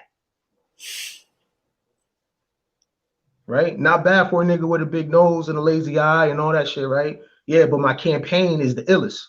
You know what I mean? But so from here, I want to be great, my nigga. And that's something that I know that I know when I'm not doing enough. You know what I mean? I want what Michael Jordan had, nigga. He's still at 60, not satisfied. Comfortability is the enemy of man, yo. You know what I mean? I wanna know that when this shit is said and done, nigga, I'm maxed out, bro. I'm maxed out, bro. You know what I mean? I read, I trained, I work out. You know what I mean? That's a prison. That's hell for me to know I ain't doing enough, bro. To know I left life on the table and minutes on the table that day. To know I was distracted. To know, man, I could have did another set, my nigga. Right? And that's the separation. I want to separate myself from everybody else. White niggas, black niggas, Mexican niggas. I want to be on the Mount Rushmore. I'm on Mount Olympus. It's lonely up there. It come with sacrifice. But I done paid the other. I done sold drugs, nigga. That's dumb. I sacrificed my freedom for nothing, right? I done laid up in a raggedy Motel 6 with raggedy hoes, nigga. Every drug, I did them. So if I could sacrifice my health, sacrifice my dick for laying up with trash broads, sacrifice my freedom, nigga, sacrifice my attention span listening to garbage, what's next, my nigga? Why not? Let's do it for greatness now. We still here. Why not? Why not? You know what I mean? Over here. Why not? Why not? You know? Why not? And it's a personal thing. It's a personal thing, right? And this is what success is. Some people, everyone said, yo, everybody got different version of success. I think this is a universal version of success, what I'm about to say. You tell me what you think. Success is whatever it is you're doing, you know you maxed out.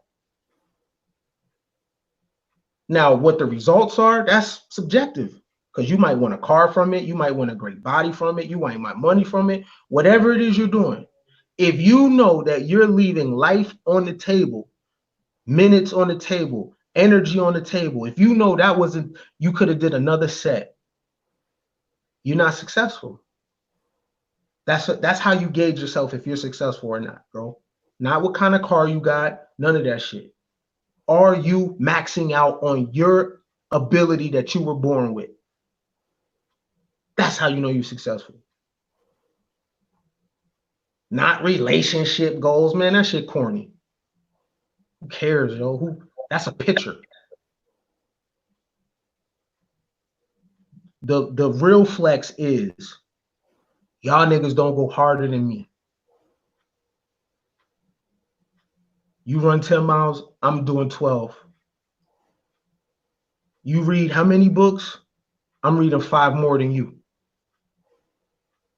How much money you made today? Bet I'm going further. How long you fast? Bet I'm going further. That's success, nigga, in the new world. Doing what other people can't do. Not because they can't, they don't want to. That's success. Right? You know, bro, didn't you what I talked to you today or yesterday? Did you run today? Yeah, I did. How you felt? Amazing. Alive, invigorated, purposeful. It was millions of people that didn't. So yeah, you could have, if you made money today, salute. Mm-hmm. But more people made money today than they did job. So you did something today that the majority of people in the world didn't do. Well, at least in America, I know that to be fact because the majority of America is obese. So we know that the majority didn't run today. Facts. Right? Yes, we That's know. success, my nigga. What do you think about that? Yeah, I mean, I can relate. You know what I'm saying? Yeah, success to me is you continuing things that's gonna make you a better person. You feel me? And that can accomplish a myriad of things. Getting your health together, getting your finances together, getting your household together. You know what I'm saying? Executing your plans, um, taking care of your children. You know, spending time with people that you love, having moments, living your best life. All of that, all of that encompasses you being free. You know what I'm saying? And that's success. Your personal freedom, with whatever that entails. You know, freedom. What's that? The Matrix, the last one, when the program, when Neo went blind, right? The program was Yeah. basically like, why you doing this? Mhm. Like, because I choose. Yo, peep that, fam. Because greatness is not natural to the human being. Comfort is. You know what I mean? So to put yourself through pain, my nigga, to be what? Like, you know? You get more attention for real doing nothing. You know what I'm saying? You know how I know this? Tell everybody you started a new business. Oh, yeah, that's what's up. Tell everybody you got a new job. Oh, congratulations, my nigga.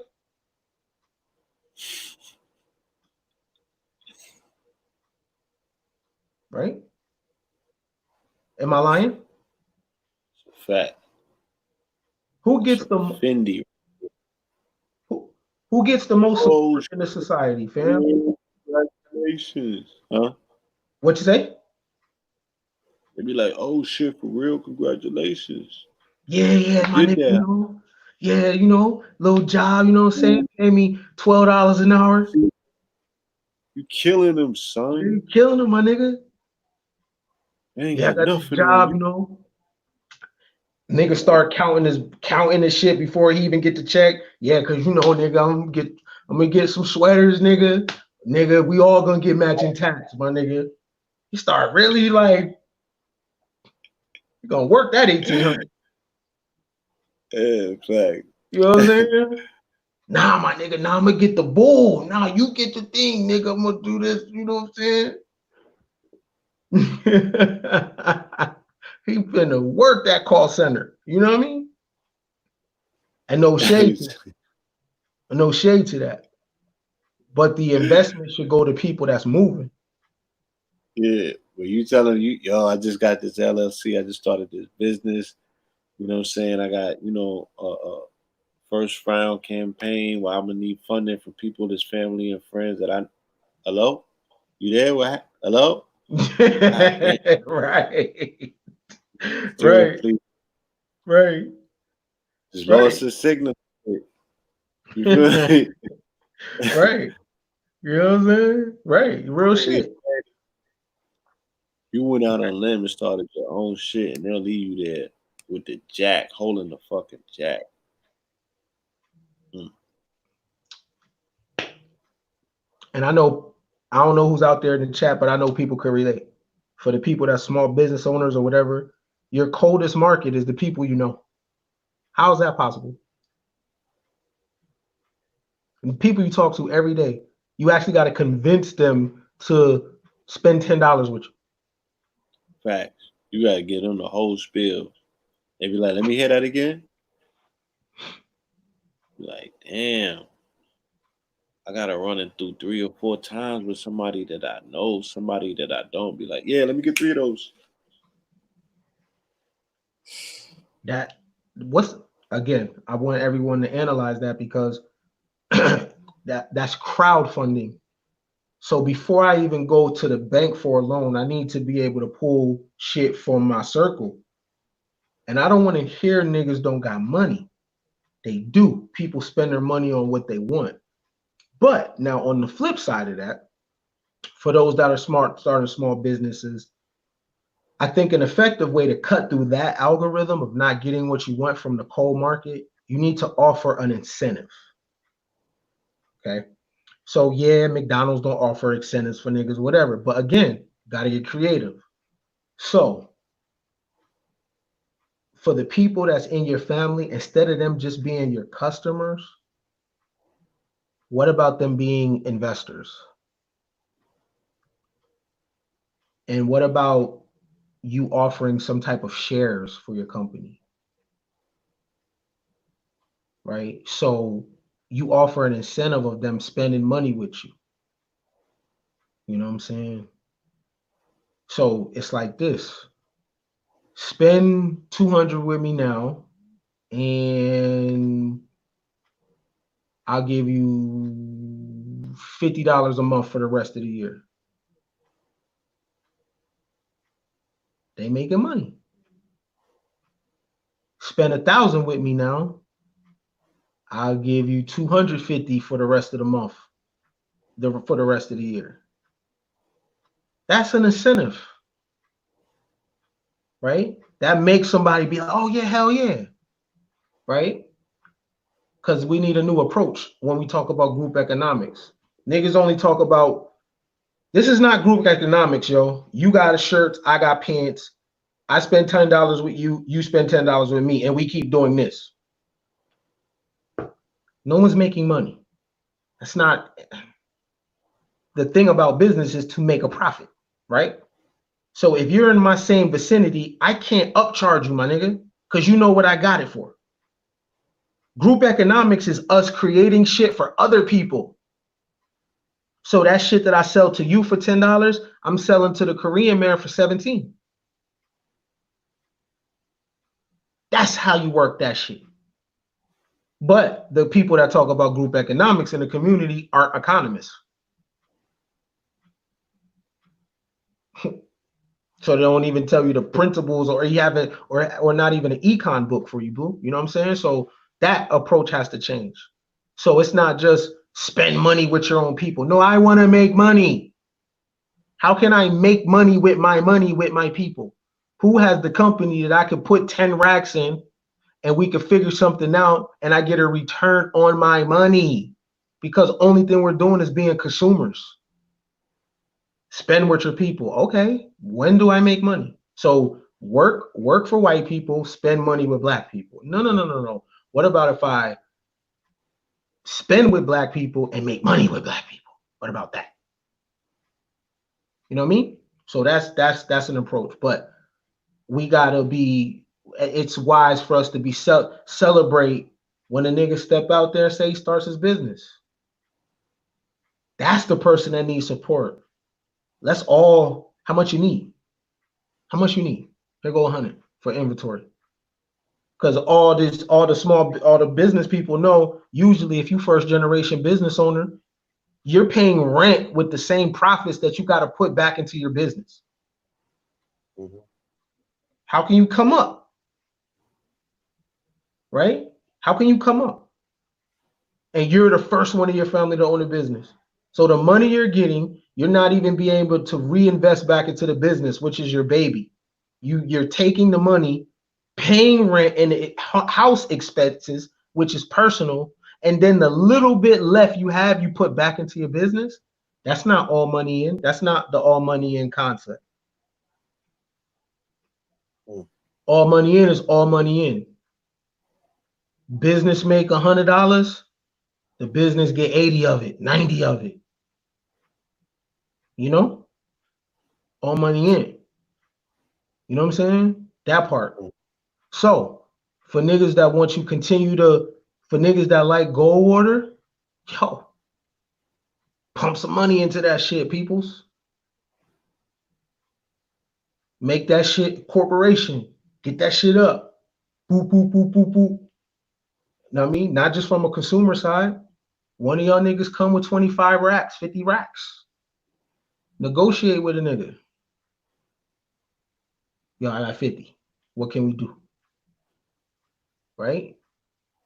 Cause then this is the thing, Blue. If you go and you sell your company and you just get out of the shit, everybody gonna be like you sold out. Somebody made you a fucking offer. Fuck. You know what I mean? Oh, you sold out, my nigga. What was you supposed to do? Keep doing this over and over and over and over and over again? They expect you to. Exactly. Meanwhile, you might not be making no profits though. No. Might be taking a hit. Family life suffering, health suffering. You know what I'm saying? You over here trying to keep up with the Jones. And they got an offer. And you began it to sell it ultimately at some point to begin with. You know what I mean? Real shit. You know what I'm saying? So that goes into the greatness thing of the new normal. Like I've been saying, the new normal is a different upgrade, yo. We're in a whole thinking upgrade of And when you catch yourself thinking and moving like the old world, stop yourself right in the tracks and be like, nah, man, that's my old self. I don't move like that no more, yo. That shit don't work. It's outdated. We need to up. If your phone constantly is upgrading, when are you upgrading? You know what I mean? Factory. When are you upgrading? When you upgrading your software, upgrading your system. You So get be when ill. you get the upgrade bump. What you say? I said, when do you get the upgrade bump? How did what would you suggest on a person that wants to upgrade? Someone that's listening right now. Like what are some things you could throw at them on some yo, he, not all the pieces, but you could begin to start upgrading your mentality. Mm, okay, upgraded mentality. Well, that deals with, you know, you should create a pros and a con list and make observations of your daily activity. And on that particular list, you will put things in the column that you would consider, yo, these are things that are productive. I make money from this, right? I gain whatever sort of energy that I'm putting into it, I get something back from it. Now, let's say you go to the gym for 2 hours and you're effective, you're pushing yourself. You know, that's something that you would put in the pro column. But let's say you go to the gym for 2 hours, you don't necessarily follow any regimen, you quitting, giving up. You know, you just burning time because you ain't really getting nothing out of it. You didn't really burn your muscle. You ain't tear no muscle. You ain't push yourself. You ain't even really break a sweat. You know what I'm saying? You just spinning. So that will go in the negative column. So you want to evaluate how you spend your time. You know, the iPhone be telling you what your screen time look like. If you on social media for like 8 or 9 hours, then you gotta evaluate at the end of the night, you know, for them hours that you put in, what sort of receipts do it look like? Oh, you don't got a business at all, you ain't selling nothing on social media, then I think that, you know, potentially you might be wasting a lot of time on social media. Hmm. If you just want there to be entertained and you're not doing business, you're not learning anything, you know, because for some people that's school for them. You know what I mean? But for other people, they in the pond fishing. You know what I'm saying? They got their sticks in the water. And whatever jump on a hook, that's what they're gonna run with for the day. That's what they're gonna eat for food. That becomes things that people digest, their entertainment for the day, stuff that they talk about, put energy into, things that consume their, you know, personal being. So, you know, there's a lot of different ways to look at it. But Hmm. you know, a upgrade definitely would deal with developing a daily regimen. You know what I'm saying? Like, are you gonna work out? You know, do you meditate in the morning? Drink water in the morning? How much water you drinking? You should be drinking a gallon of water daily. That's at least just to start with. You know what I'm saying? You should be taking some time out for meditating and mindfulness. You know, we should all, our ultimate goal, and I can't speak for everyone, but ultimately, you know, we are all moving towards the center, and that is mindfulness. You know what I'm saying? To be present in the present, to learn the gift of the now. And I've been in certain psychedelic states of mind when I've been able to slow down time and actually realize that the second that happens from now never existed yet. So you feel and see yourself moving and piercing through, like it's almost like a film, and you're moving and piercing through time. You see yourself moving in the now, in the magnificence, because this never happened before. And you could do anything with it if you really are present in that moment. There's so much magic and power in it. So I've had glimpses of, you know, piercing that veil and being there, like present in that moment. And I guess these are the things that like the gurus and shamans and all of them, you know, they still be chasing that when you get a glimpse of it. You know what I mean? And I remember getting those glimpses of it and always wanting to be in that place because that place is very powerful. You can literally create nothing because there's no impossibilities because it didn't exist yet. There's Mm, nothing tangibly that says that it can't be other than you. You're the one that's stopping it. You feel me? mm. So yeah, like I would advise people, to want to get into that upgrade, learn breathing techniques, get into your meditation, drinking water. You know what I'm saying? The next phase might be sun gazing. You know what I'm saying? Yeah, different levels. And the three Back to the Futures, Yes.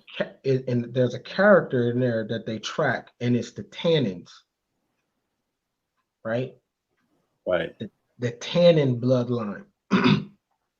So you find out in Back to the Future 3 that the tannin bloodline is kind of trash, right? Okay.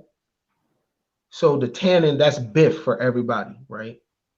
Mhm. So in Back to the Future 2, Biff takes the time machine and goes back into a point in history to correct his gene. Right. That's what the almanac did, right? That's an upgrade for because Black America has a different set of problems and it's a mental one. The way that people of melanin, whatever you niggas is calling it this year, uh, the way to upgrade your mentality is you got to go in your mind and course correct. You got to change what you think about yourself, or none of this stuff that Blue was talking about doesn't even matter, yo. You could look at the sun all day long. You can meditate all day long. You could drink a gallon of water all day long. But if you really think you're a slave, what's the point? It's If a you fact. really wake up in the morning with the mindset that you see, and this is the thing about the mentality upgrade, you got to stop inheriting other people's lives, right? Because you may have never had shit happen to you in your life. You see something on the news and be like, see, we. Hold on, fam. Hold on. You just gonna negate the fact that you got a fire wife, fire children, went to college, your life is beautiful, and you're gonna automatically say we can't have nothing. Nah, bro. You're responsible for your own movie, right? So to upgrade, you gotta downgrade, right? Can't serve two masters.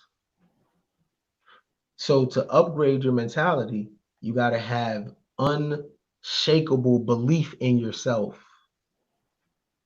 And for one time, for the first time in your life, you have to see yourself as an individual and not this collective thing. Yo, I know it's hard. I know you niggas want to join forces so fucking bad, but how's that going? How's that going for you? How's that going? How's that working out? Huh? Did you join? Did you unite yet? Hmm? Right? All right. So don't hold your breath for that, right?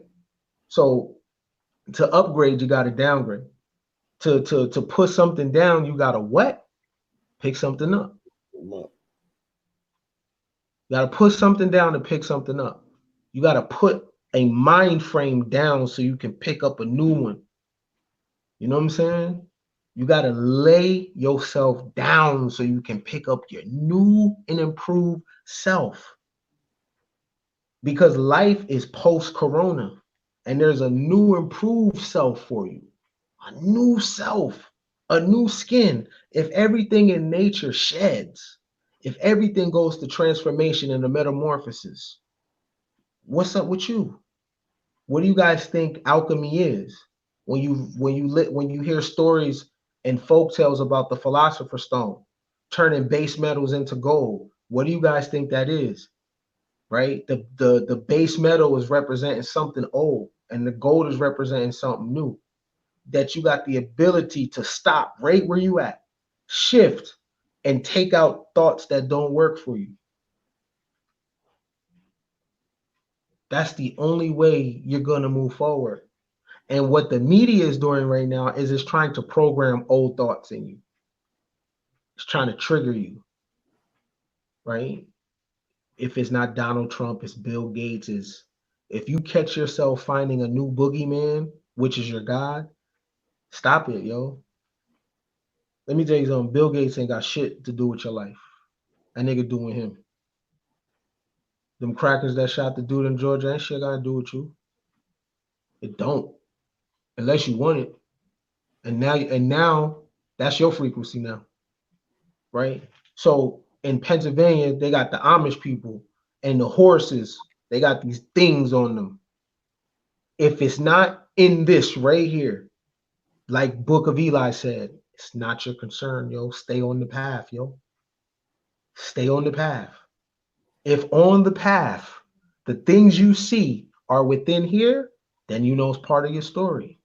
If you got to do this and you go that way, you off script, right? So there's a movie called 47 Ronin. And in 47 Ronin, the ninjas needed new weapons, right? But one of the tests was whatever you see, don't draw your sword. All right. And so you would be tested, and around you it would look like your soldiers and your family is being killed. It was these ghosts playing, trying to trigger you to draw your sword, but it was an illusion, yo. It was an illusion. The media represents the Medes. They're magicians. All right. There's a documentary I started on Netflix last night. I'm on the first episode, and it's about the media. The first episode was Jenny Jones, right? It's crazy. It's Heard about the you seen it? you. Yeah, it's about the media.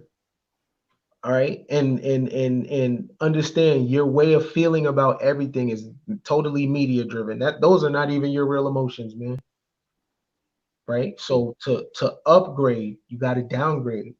For you to give, for you to receive, you got to give up some shit. What are you willing to give up?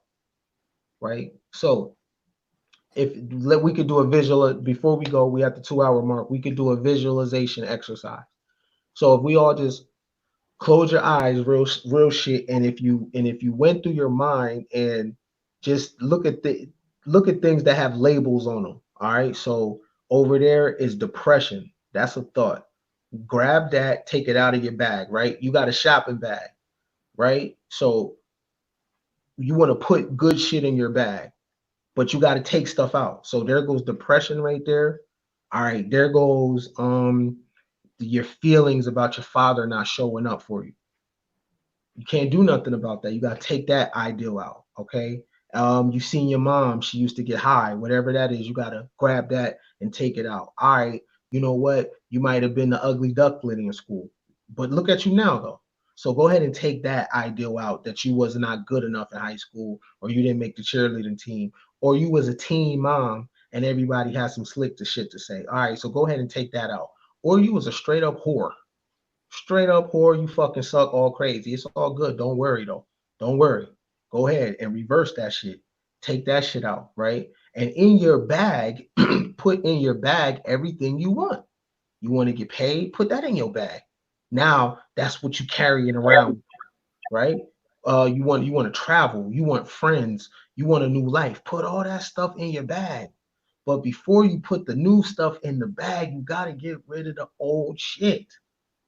And I'm here to tell y'all that a lot of your diet in terms of who you listen to and where your eyeballs go, they don't do nothing but trigger that shit in that old bag, right?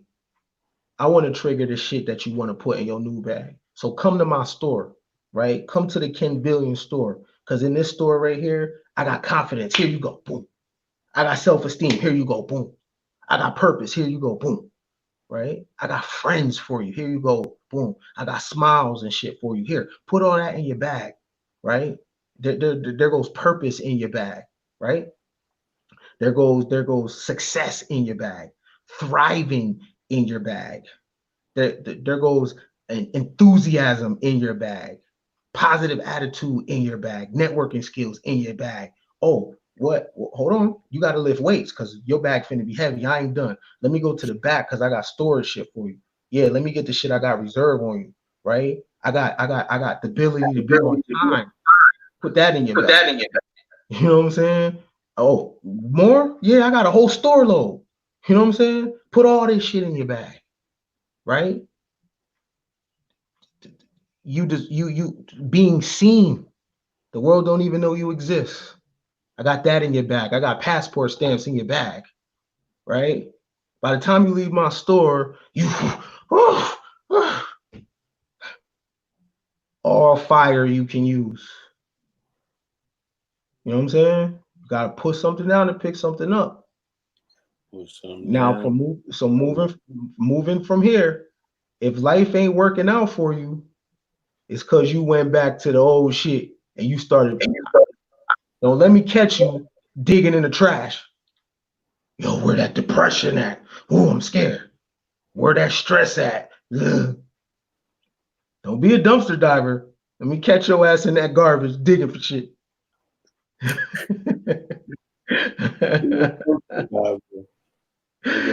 Old trash from your old bag. Yeah. Compost, let it go. You know what I'm saying? Yeah, man. But as always, man, I want to say thank you for another monumental demonstration. That visualization alone, was worth all of the time spent on this build because I mean that was a powerful one right there. I participated, I did it. You know what I'm saying? And I came back feeling different Yeah. and lighter and stronger at the same time. So the family got some good information that they can go over, and now they got some techniques that they can utilize to put down them bags, and pick up new ones. I remember having a reading. It was like maybe 7 or 8 years ago, and what was said to me pertaining to bags and carrying too many bags. We was vendors back then, and we would have all these bags.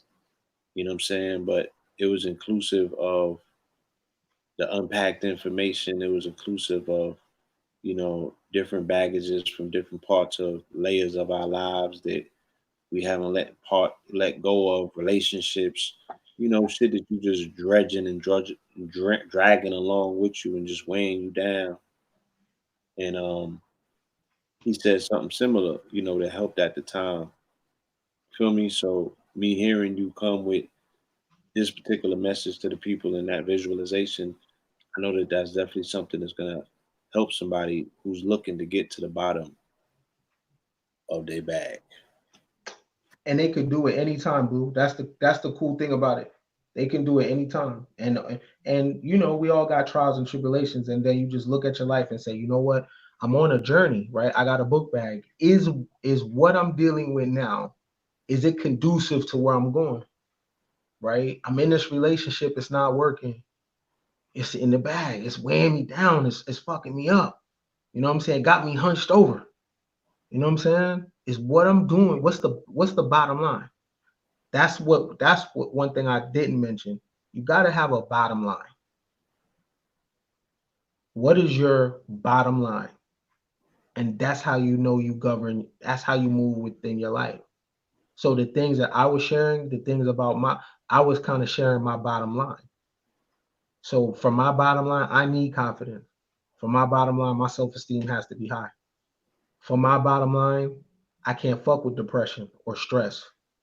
For my bottom line, I can't have an enthusiastic attitude because my bottom line consists of me having a certain type of bag, a certain type of tools in there. Because confidence is a tool, right? And what I'm discussing right now is abstract thought, is to use confidence like a sword, a hammer and a nail. These are tools for the human because again, they're not natural. They are things you acquire. A Blue on in Zelda and Mario through the levels. Don't you pick up little shit to use? Absolutely. Well, Right? shut up. You know what I'm saying? Yeah, Get the flower thrower, the flower yeah, thrower. Shoot. yeah, Yeah. yeah. Nigga, Mario 3 had the raccoon tail, nigga. Won't tell. Yeah, you know what I mean? So this is Yeah. a tool. These are tools, and they're important because yo, the shit ain't easy. Of course, the shit is not easy. Family's not gonna get it, people's not gonna get it, and you got history working against you. Not the history, you got your history working against you. Because your ego is gonna fight you not to make this change, right? Your ego is a protector. Your Right. ego is like, wait a minute. You, Right, man. yo, your ego, while you Honest. move forward, How you? Yeah. yeah, your Hell. your ego is reaching back in the dumpster trying to take that shit back out. Oh yeah, Like, yeah, yeah. It's like, nah, son. We don't throw yeah, nothing away. Fuck is you doing? yeah, You because you know, know? because if you keep moving forward, your ego is going to have to upgrade. Mm-hmm. And it's like, nah, yo. So visualization, the dope thing about visualization is you can see it, but you're not using these eyes. You're using a different set of vision. And that's how you reprogram, because that's how they locked you down in the first place. Not with these eyes, but with the other set of eyes. You really Yeah, think you're safe? yeah. That imagination, that I imagination. Once they lock that central eye down, you feel me? They can tell lies to your other two eyes. You feel me? Facts. You know what I'm Because saying? that judge, that overseer, they done took, they done tied that up, threw it in the closet. So Facts. yeah, it's very Right. important to get your visualization back. You know what I'm saying? That most divine vision. So And design again, your bag, yo. Design your bag. What your bag look like, right? designer bag. Yeah. Design your make it a designer bag, but Yeah. Design your bag, yo. yeah, with What your you want it to logo, look like. with your You know what I mean? crest on it, with your information in it, you know, Yeah. with your You know what I'm stitching, saying? with your emblem. The bag, the bag, the bag, the bag. No one ever said what's in the bag. We all chasing the bag, nigga. What's in the bag, my nigga? Like you put your hand in there as a cobra. Right? The illusion, the bag. Yeah. What's in the bag? Is it a bag of tricks? Yes, Yeah. because you're usually running in place, right? So that's a weird concept for money. Yo, the bag, the bag, the bag, the bag. What's in the bag? You know what I mean? What's in the bag? But I got we was just talking about something that's this is a real bag right here, because this bag, anywhere you want to go, anywhere you want to go, you can take those things that you put in your bag and you can apply it, and it integrates into every system. Confidence integrates into virtual reality. Confidence integrates into your marriage. Confidence integrates you as a parent. Where does confidence not integrate? Self-esteem. Where does self-esteem not integrate? Right? Those things in this bag that I'm talking about integrates everywhere in your life. You feel me? Fact. Everything. Your look, your business, your workout, right? That's being successful. That's successful. Is when you live a life, and the things that you live, you can plug it. Anybody ever work with Pro Tools and shit, you got plugins. Right? You plug it, you plug in these things in your life. And like I always say, if it don't work, go in the garbage and get that other shit. I ain't gonna be around you. Hmm. You know what I'm saying? Facts. So let them know what the destination is. Show you guys some information you need to leave them with. Next few weeks, the how the art of camp not I'm sorry, that's another one. How to campaign hard as fuck. That's a program that I'm finishing up, and it's just about the art of campaigning and the levels of them. It's 8 weeks. You know what I'm saying? 8 hours because it's about data. You can go to kenbillions.com and get exclusive shit. You know what I'm saying? Yeah. And here go a call to action right here. My IG is Ken_billions83. Ken_billions83. Right. But Blue, before we leave, I wanted to push something to those that's artists. Got to create art differently, right? So remember I shared that post to you about the conspiracy theory task force? Yeah. The reason why it's like that is because niggas are soapboxing too much, right? In ancient times, you didn't soapbox, you created art. Mm-hmm. So the new art, so what does Andy Warhol look like in virtual reality? The artist is not going to take a pen and scribble on paper no more. So you have to use these apps to create the new art. If you are against Bill Gates, don't stand on a soapbox and say it. Illustrate it. Illustrate your point, and it'll hit people's subconscious mind. Right? You gotta create. It's too much of this. Still, put it in art, yo. There is no task force for illustration. There is no task force for hidden symbols that the subconscious mind creates. That's what you're trying to program to people. You're not trying to, that's not how you wake what you call waking people up. You have to talk to the subconscious mind, the mind behind the mind. Right? Because guess what?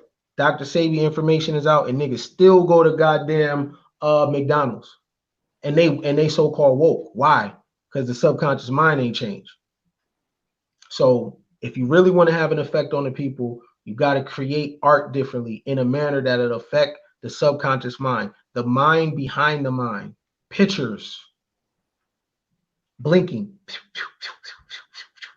moving, right? The eye is going to pay attention to that. And next thing you know, you'll raise a generation of people that you've changed and you don't even know that that's programming. That's power. That I got you to do what I wanted you to do without anything. Nigga, just watch this right here. Right? So I just wanted to share that because art has to step it up. It's your campaign gotta look different. You know what I'm saying? Yes, indeed, brother. So again, man, I appreciate you. Thank you to the family who journeyed with us this evening. All right. Another monumental episode, TUFF TALK Tuesday, episode 34. And it's another one in the can. We will see you for the next go around in the next installment. All right. In the meantime, in between time, take care of yourself, family. All Peace. right, Blue. I'll holler at you, fam. Peace, God. All right, for sure. Peace.